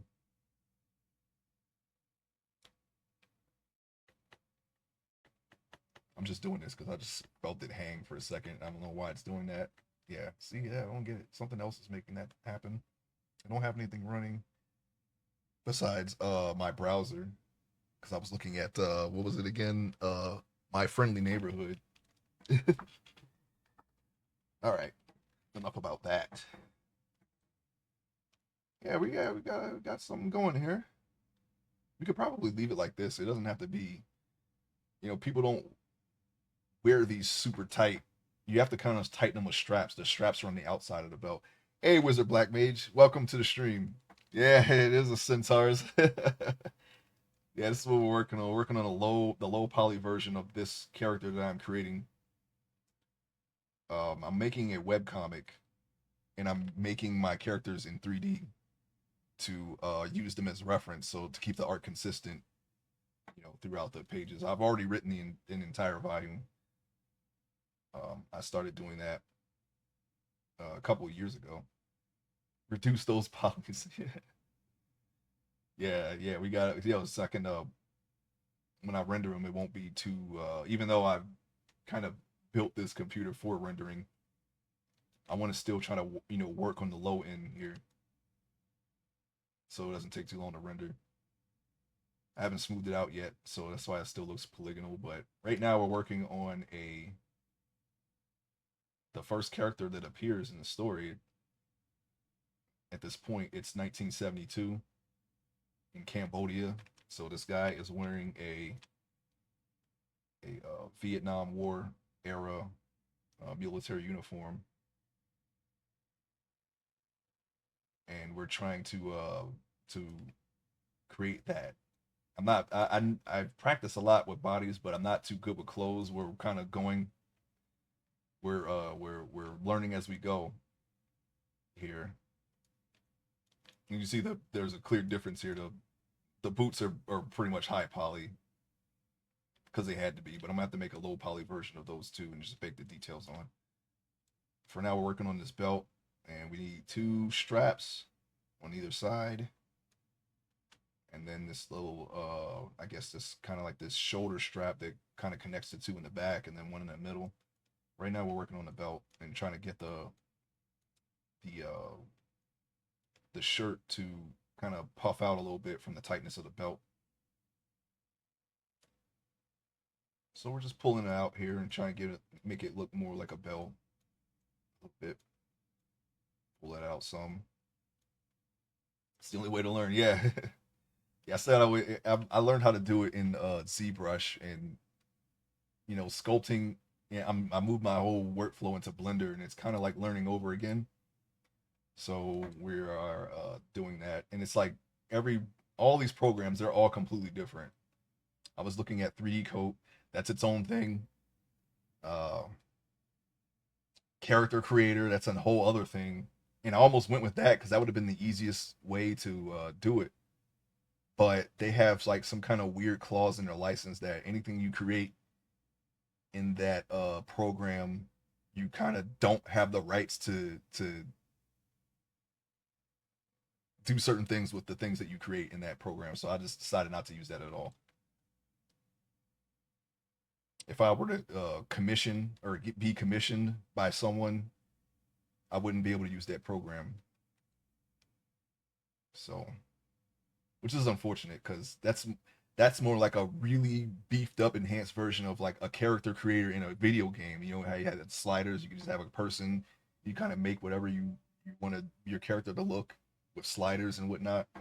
It's just like that from a video game character creator, but more way more detailed.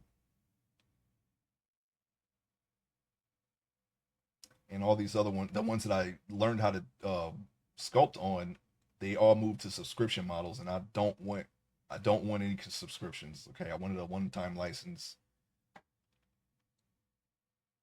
and I don't want to buy an older version for more money through a third party. So we're just gonna go ahead and do everything in Blender now. So that's what I'm doing.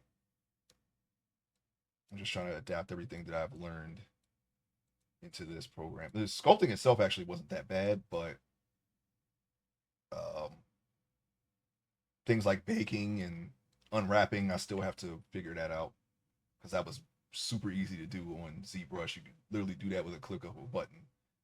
I don't know how it is in this program though, but we're gonna find out one day.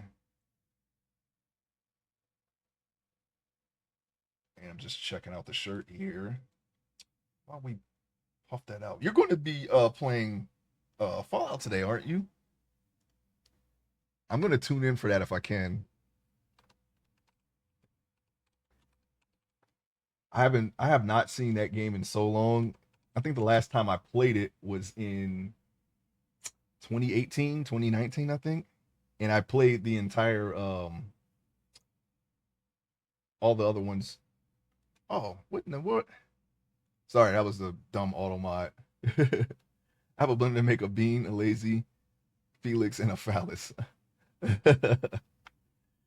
You have used blender to make those. Okay, yeah.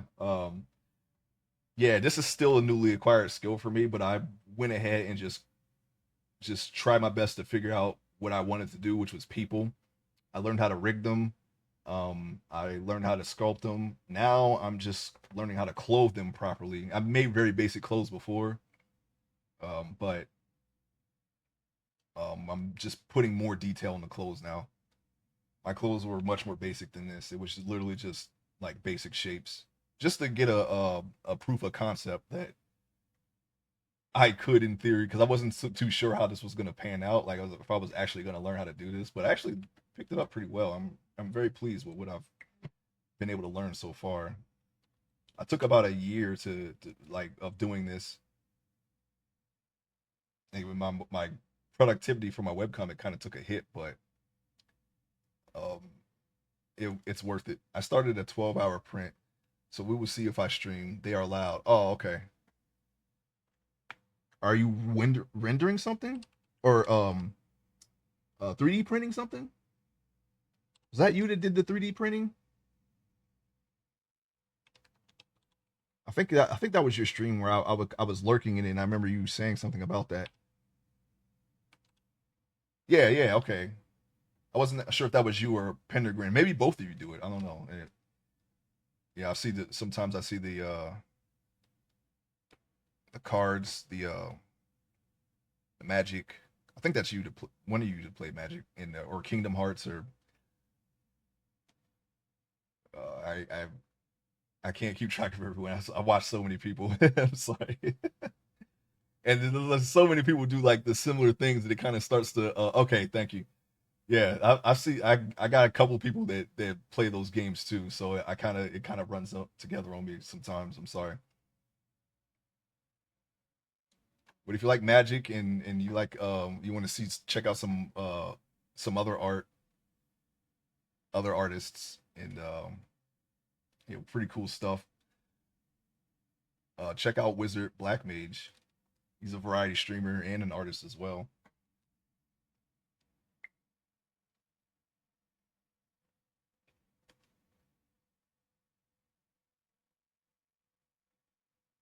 Let's see if we, yeah, it's looking okay. There's some clipping here and there. I'm making a deck right now. Even I never really got into Magic. I was over at 99's house and a long time ago, and they used to do a lot of Magic stuff. And I borrowed somebody's deck, and it was a green deck. It was actually kind of fun playing it. I've only really appreciated Magic cards for the art. Sometimes I would look at the art. I actually had some like physical ones. I bought it and I was like trying to like study an artist style or whatever like way back in the day.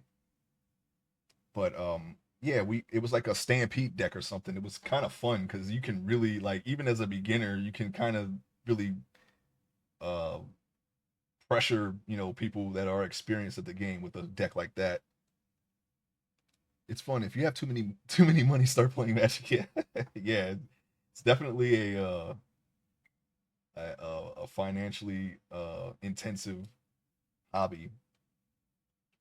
When I first heard of it, I remember people were talking about a Black Lotus card, and how expensive that was. I don't know if that's still true to this day. I guess that's maybe Magic's version of a shiny first edition Charizard. I knew somebody once that had three of those. If they had kept those, they would have about $200,000 now. But he had a family member or an acquaintance of a family member, I would say. Um, they worked at one of the factories that packaged those cards, and he knew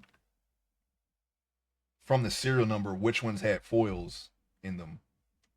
So he would bring boxes that were guaranteed foils to home to my friend, and he would just open them and just get foils every time. And he got three Charizards from that. And he was it was like at the time, which was around the turn of the millennium, I believe. Uh, well, I guess yeah, the year 2000. Yeah, I'm pretty sure this was 2000. It was either 99 or 2000 because that's when the Pokemon craze was at its highest. I think they were about 260 or $275 each, and he had three of them. So he bought a console, games, whatever. But in hindsight, he should have kept those cards. $3 million. Wow, that is amazing.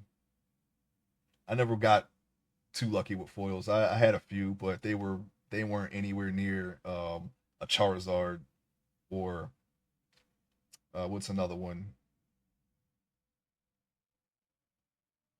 I guess Charizard was the most one. The rest of them were like printing error cards that were like like a misprinted Raichu or something like that. Those are the ones that are very expensive. Besides Charizard, I can't think of any right now that come anywhere near what Charizard was worth.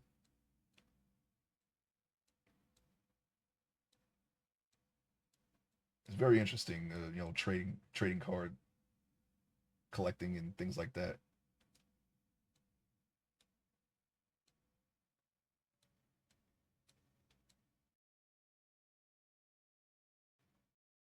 And people's families who I knew this person who their family owned a store, and of course he had every shiny. Of course, I can only imagine how when you have the cards. I guess he probably knew the serial number thing too. But it was unfortunate for him. He brought he had a book full of shinies, and he brought it to school, and somebody stole it. So he doesn't have that. I don't know if he ever got those cards back, but very unfortunate business for him.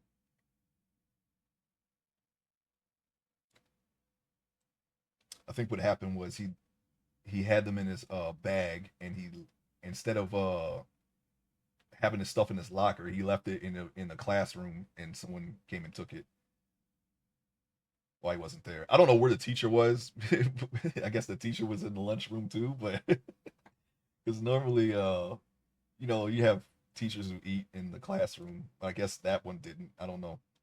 I don't know how they got in the classroom, but they did, and they took his his cards. Unfortunately, didn't really know anyone other than 99 who had magic though. At least not in that school. I think I had another friend who was into that, but I'm not really sure. But I did buy one deck back then, and it was just for the art. I really like the art and that stuff. I like the painters, and I don't know any of them by name um, presently because I haven't looked at that art in a very long time. But at one point I did, and yeah, it's very nice art in the cards. I know there's a I don't know much about any of the other decks. I know there's a someone had a blue deck and a black deck, but I don't remember what those did. I just remember the green deck and the Stampede, and you can just keep doing it over and over again, and you just I don't remember how it went because that I had kind of I had got a crash course in Magic, but I was able to do it. I didn't think I won, but I was able to be a threat. I was a threat thanks to the deck. It was someone else's deck.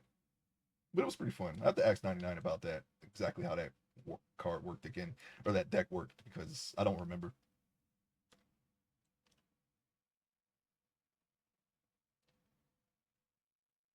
Well, let me see. Let me save it.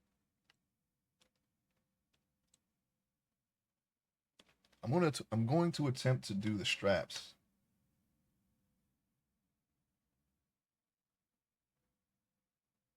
Shirt, no, not here. We're gonna go to object mode, and then we're gonna select shirt. Again, oh no, not that shirt.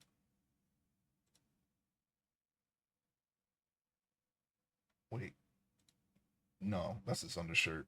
Where's the other shirt? I should probably rename this. Let's do that. I'm gonna name it top because we already have a shirt. Okay. But yeah, I'm gonna try to see. I'm always interested on how other people play Fallout. I think when I played it, I've done an explosive build because I thought that was interesting. Um, I did a lot of sneak attack, critical, like focused builds with stealth and hitting people from behind with melee weapons and just totally destroying them. With the shish kebab mainly, I think that was my one of my main weapons to use. I don't remember if I used a the sword from Mothership Zeta because you kind of have to kill someone that you don't have to kill to get it, if I remember correctly. I may have done it, I'm not sure, but I mainly used the shish kebab. I don't think I've done an unarmed build on Fallout 3. I've done it on New Vegas because New Vegas kind of gives you a little bit more to work with that type of build. You can do a you could use golden gloves too, which is like my favorite weapon because you could just knock people out, and then after that, after they're knocked out, you can just do whatever you want to them from there. So that was always nice. It didn't matter if they were like a unique enemy or did they have legendaries? I don't. Maybe they had like unique enemies, but not legendaries. I might be confusing that with Fallout 4. But just very dangerous enemies like a Cazador or a Deathclaw, and if you happen to knock one of them out, they're just asleep on the ground, and you can like pull out a switchblade or whatever, and just stab them while they're knocked out until they die. And if they try to wake up, you just knock them out again. But for the most part, I went into fully unarmed. Four is legendaries, yeah. And you can learn all the moves like the sand move, which basically, if you're strong enough, is basically a shotgun. You can you can throw sand in someone's face and kill them, or do like a sweep, like a martial arts sweep, and just blow their legs off. Like it gets downright ridiculous with the right perks and the amount of skill. But I've done an unarmed in that in New Vegas especially. I'm not sure about 3 though. I know I did at least melee. Um, but yeah, I like seeing what if I know a lot of people do combat shotgun because that's a really powerful gun in 3 and in New Vegas. But besides that, I'm always interested in how people build their characters in those games. When the way I play it is, as soon as I leave the vault, I just discover every area and try to avoid the main quest as much as possible. And then once I go to every area on the map and I'm done with it, and then I'll do the DLCs, and then I'll do the main quest last. And usually I just breeze through that because I've already done everything else and I'm like crazy strong. That's typically how I play a Fallout game. I like doing all the other side stuff first, and I think that's pretty much how I play any open world game. I guess like I do the main stuff last. I like exploring and looking and seeing what people put in the game and what's out there, whatever secrets I can discover without having to look anything up.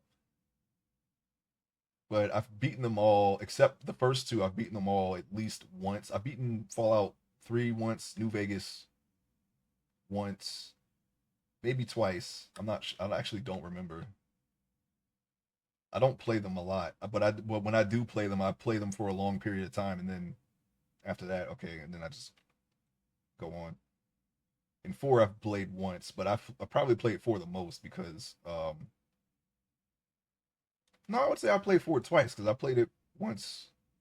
Yeah, I played them all twice. I played them vanilla besides the fixes because you kind of have to for like New Vegas, you know, in order to stop the crashing, you can at least mod in like the bug fixes or whatever and prevent it from crashing and still play it vanilla. I guess that's like maybe vanilla plus at this point. I used to play them on console, but I had like, you know, they crashed so much and I kept losing the data over and over that I just got them on PC just so I can mod in the fixes and play them normally. That's pretty much how I got into modding. I know how to mod because of Fallout, because of how poorly designed Fallout is. They're fun, but they're not well put together. It's one of the reasons why I didn't get Fallout 76 because I know Fallout 4 well enough that they were saying that Fallout 76 were supposed to be a part of Fallout 4 and it's on the same engine and I thought to myself and they want to make that multiplayer, it's very unstable as it is. You know, you can't do the you can't really get too far into the settlement building because you can basically just destroy your save if you go too far into that. What I did was the way I found that out was I built up a lot of I built up pretty much every settlement in that game. And if you do that while going to every non-essential area in Fallout 4, by the time you get to it, I started at the top of the map since that's where Sanctuary is.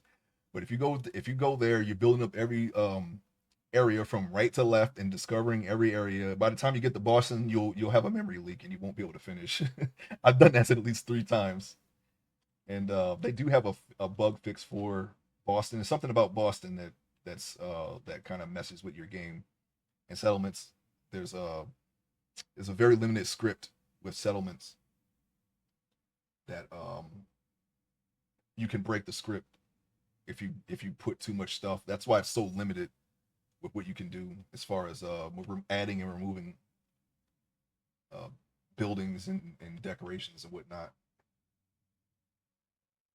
It's and they wanted to you know when I and discovering that and they were like yeah oh yeah 76 is you know when it came out I was right but I guess they fixed it. I don't know.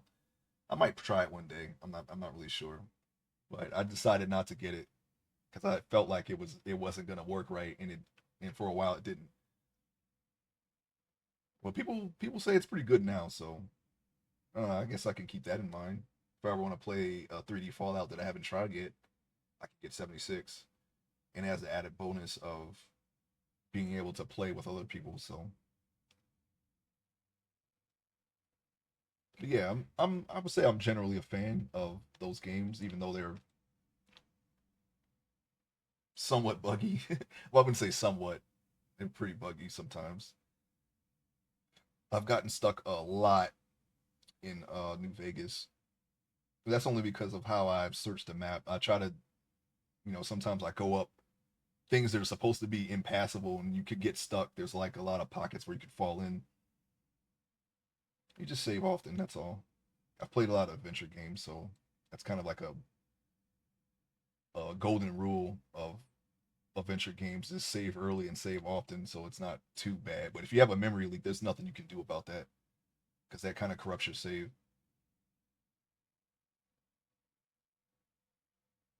Okay, I think I can do this. Yeah, that's fine. I'm looking at a reference of this load bearing equipment, and then you can there should be a big strap that goes right there, but I don't have a reference for that. I'm gonna have to look at that at some point. Right now, we'll just go for the suspender. Like, you know what? The strap's actually in here, and there's a strap in the center. I remember that, but we don't. Oh, you know what? I can do this, and we don't have symmetry on, but since we do have mirror, it mirrored anyway. But yeah, I like it. I think my favorite builds are melee and unarmed builds. I usually do that in multiple games anyway. Or I might do like just a pistol, just something that well, I guess it wouldn't be very challenging either way. As far as using firearms, that's not very it's not too hard, right? It's kind of the way to go sometimes, but unarmed, it's pretty fun. Like taking a bunch of drugs and getting addicted, and you go and just fight a death claw toe to toe. But I mean, unarmed and melee can be very OP too, so that's not really something that's challenging. But I like some. I typically like doing challenging things, but I don't think in those games any type of build is too challenging. But it's been a while since I played them. I'm not really sure. I think we can do this, right?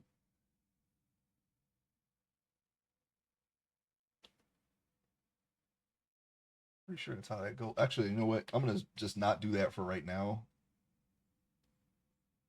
I should probably just get a reference really quick. Load bearing. I can't see because my tablet is kind of in the way.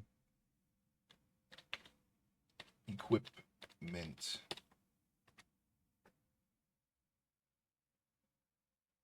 And I just want to grab something really quick here.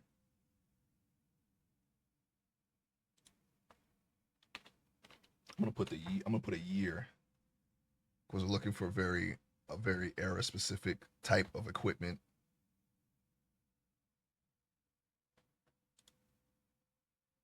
Okay, I was close. So we can do this. We're going to erase this a little bit further up the back here.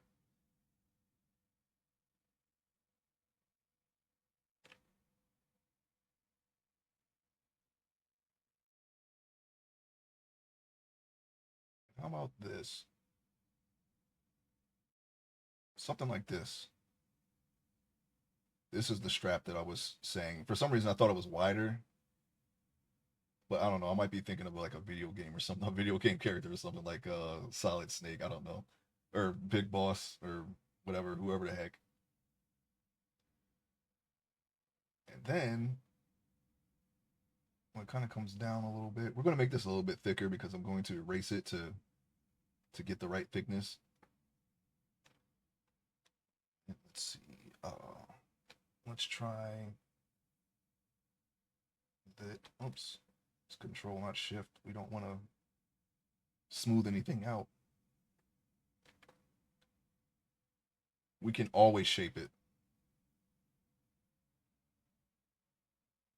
And then you have two smaller straps right here. We have the mirror on, so those straps should appear on the other side. That's how it should go.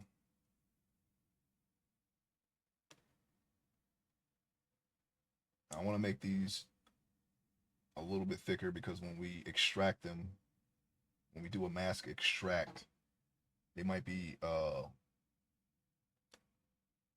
segmented. It might end up segmented because we're on a low poly mesh. Okay, let me see. Mask. I'm going to sharpen the mask. And then we're going to put mask extract. Okay. That's close enough. We can work with that. It's not the correct shape, but we can easily shape it. It's just as long as it's one thing, we should be good. Like one continuous object and not anything that's broken up. We can work with this. Oh, sculpt. Okay.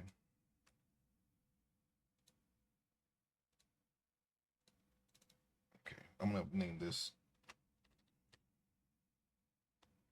I'm gonna put LBE belt because they are two separate things, and this will be this collar. And then we're gonna put LB. Wait, hold on. What is this?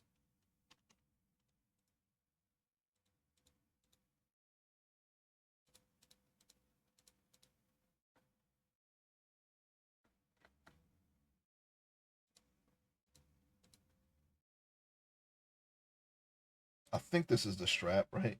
Hold on. Let me see.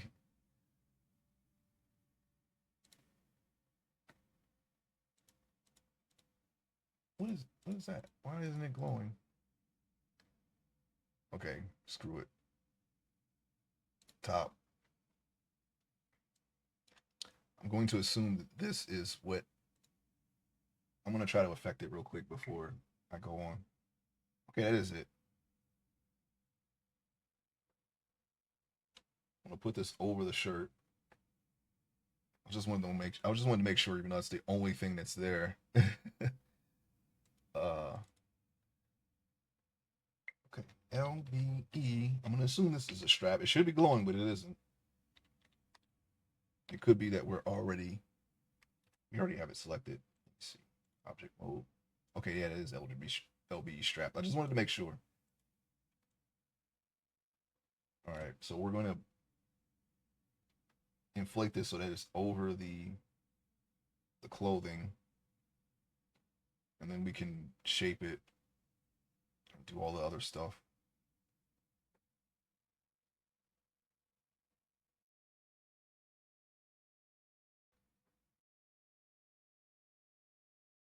Okay. Okay, so we lift that up some.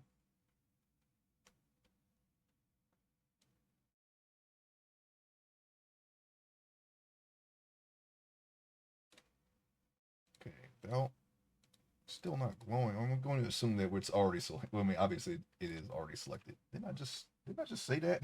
I'm sorry, I really don't like repeating things that I've said already, but I'm still a little confused that that's not glowing when I select it.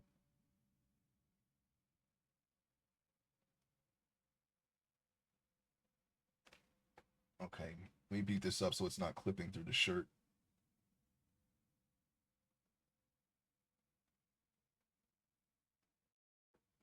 Okay, that's too much. Let's go back.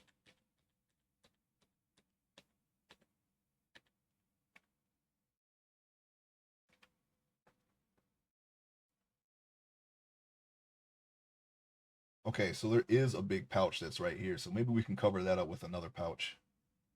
So we don't really have to connect it if we don't want to, but I'm going to connect it anyway.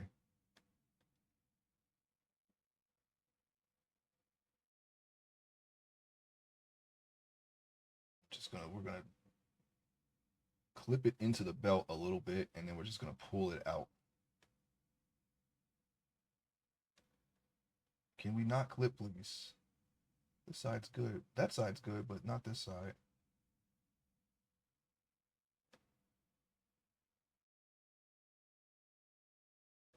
We'll fix it so it's not so ramshackle. All right, so we're going to widen the straps a bit.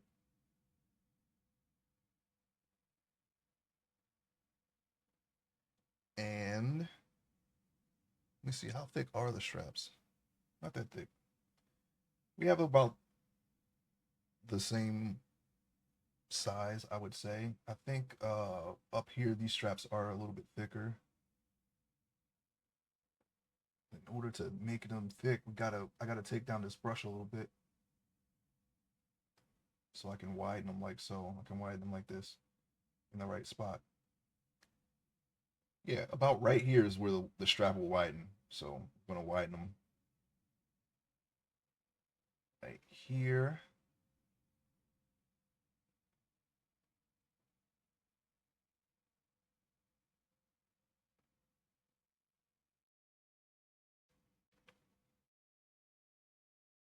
Okay, I wanted to make sure symmetry was on. I thought I turned it off.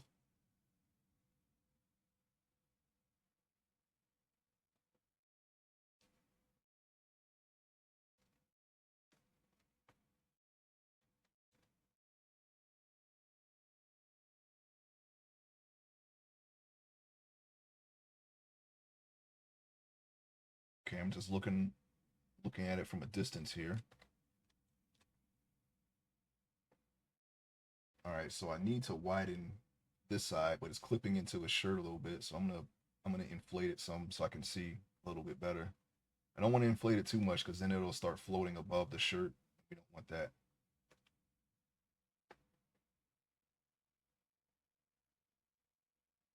It can go under the collar, that's fine.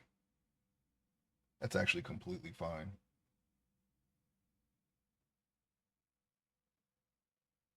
That's something that could happen. Now, I'm gonna widen these straps a little bit more. This part of the straps right here are gonna be pretty wide. And I gotta have it so that there's a flap under here and these straps. They'll go up underneath of it.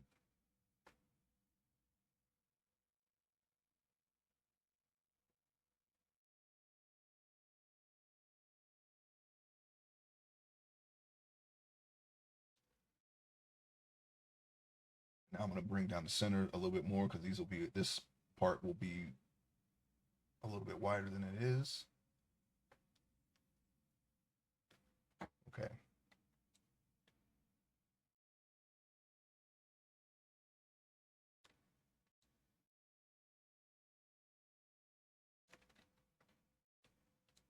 It's a start.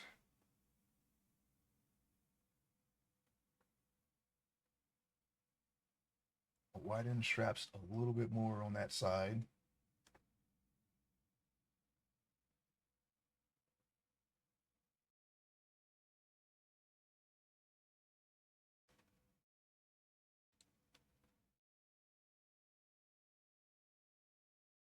We still need to do 2 front pockets here and 2 front pockets here. And then of course a cargo pocket on the side, but that'll be a separate mesh. And I'll probably end up doing that next time because we are running out of time here. But we are making some progress. And that's what matters. I'm just trying to see if there's anything that I can do with this strap right this second.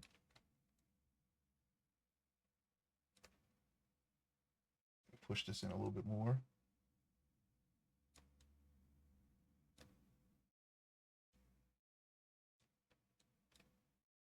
Try to make this area a little bit straighter.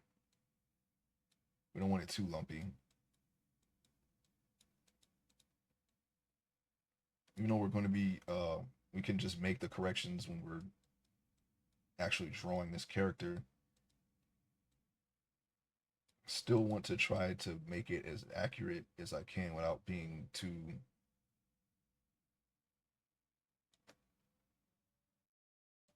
perfectionist about it.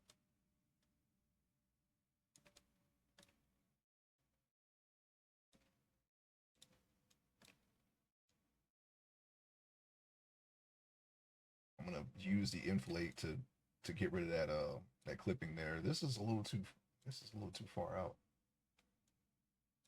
Can I push that in? I don't want to make it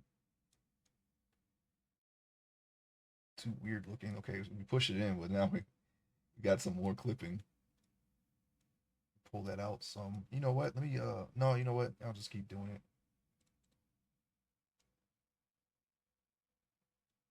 That's what happens if I just inflate it.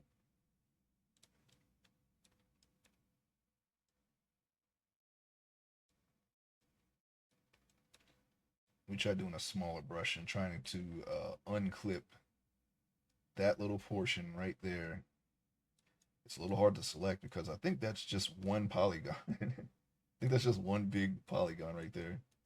Looks like it. So if I can just move just that, or you know what? What if I go into object mode, uh, select the shirt, and just push the shirt in away from the belt.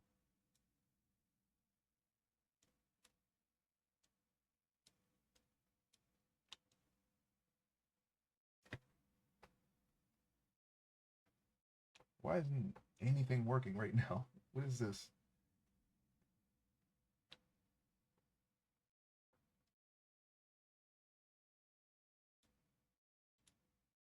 Oh, I got the wrong shirt. I probably made a mistake there. I named this top. Okay, you know what I'm gonna do? We're going to rename. We're going to rename shirt to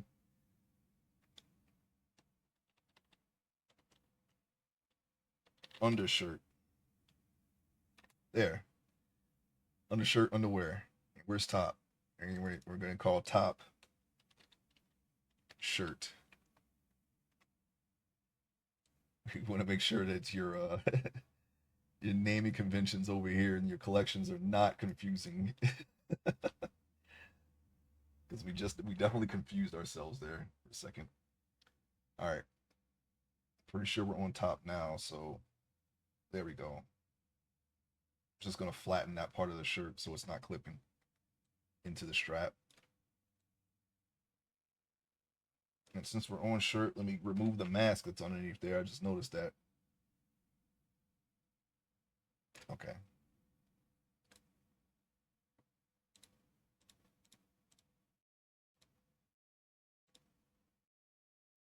All right, back onto the strap. We're going to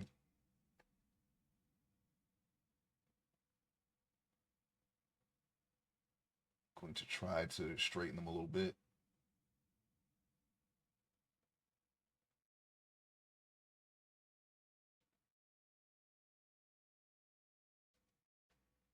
I'm gonna take symmetry off for this strap and just do that. Just do just this side, because I got this a little somewhat straight, but this one isn't actually symmetrical. So we're going to work on just this side. We just have to remember to turn it back on. It is clipping a little bit into the shirt. So let me do this.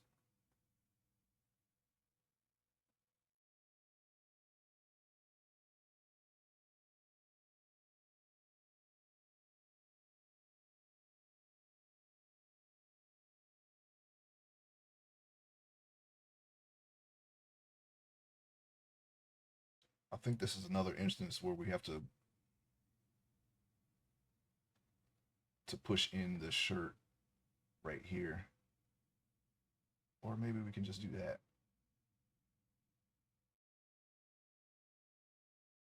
There's going to be a pouch like right there. So I'm not too worried about how these are going to connect.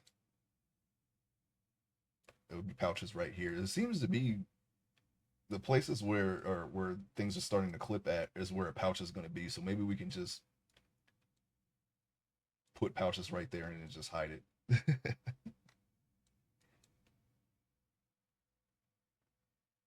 Yeah, one pouch here, and then two here, and then one on each side, on the side there. Since he's in the A pose, it shouldn't really, unless we have his hands right at his sides, which at which point, if they start to clip, we can just remove the pouches while they're at his side.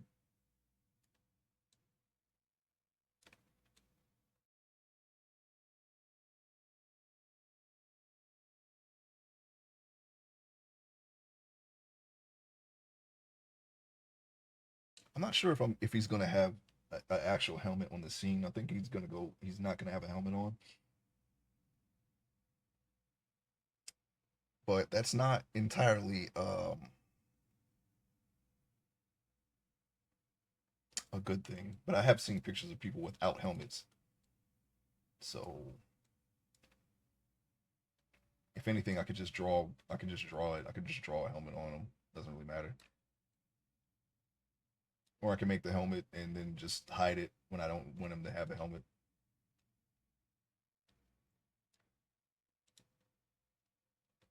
Okay, let's beef up the top here just a little bit. This strap right here is a little bit thicker.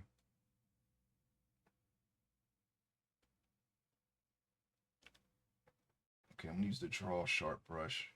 I'm trying not to remesh this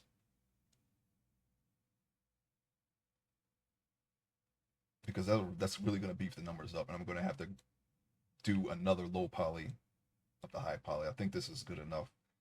We're going to try to keep it here. That's why I'm working with so low of poly count here.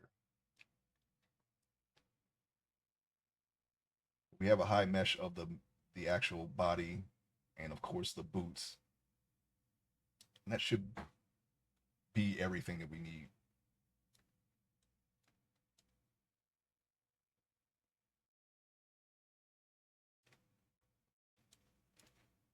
Okay, we hold down control. We're going to try to. It might not actually matter. Like I said, we don't have a lot of polygons to work with here, so we can just physically draw the lines here when it comes down to it.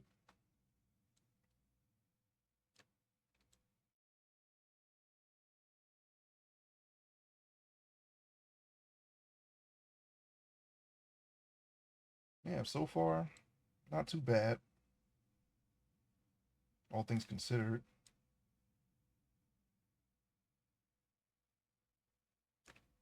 We're going to try to, I think all we really need to do now is just add the pouches and pockets onto the clothing and the equipment, and then after that we can move on to. I got to figure out how to bake and to unwrap the UVs on Blender because I've only done that on ZBrush, and ZBrush made it kind of easy to do that. But after that, then it's just texturing and hair, and this mesh should. Oh yeah, and rigging, of course, because we're gonna need to pose the guy when we're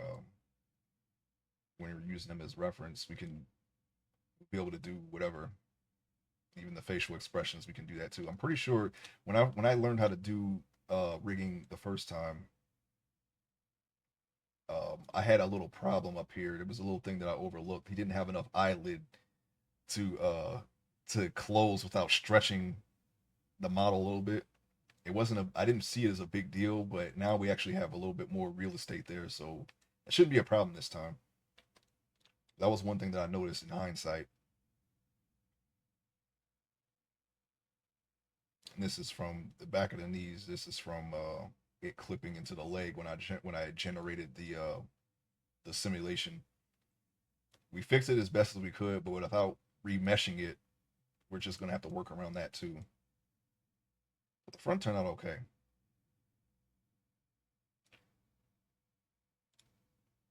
We're gonna go ahead and save it. But yeah, this is where we're at so far. We just need to do clothes, or sorry, not clothes, pockets and pouches, and we'll be done with the clothing. Okay. So I want to thank everyone who stopped by. Thank you for watching the VOD and the archive on YouTube. I really appreciate it. We're going to pick this up again on Monday. We're going to do what I said, the pouches and the pockets. And if you are around, I hope to see you there at that time. I go from oh no, hold on, I clicked something. I'm sorry, hold on. Anyways, I'll fix that later. I usually stream from Monday to Wednesday.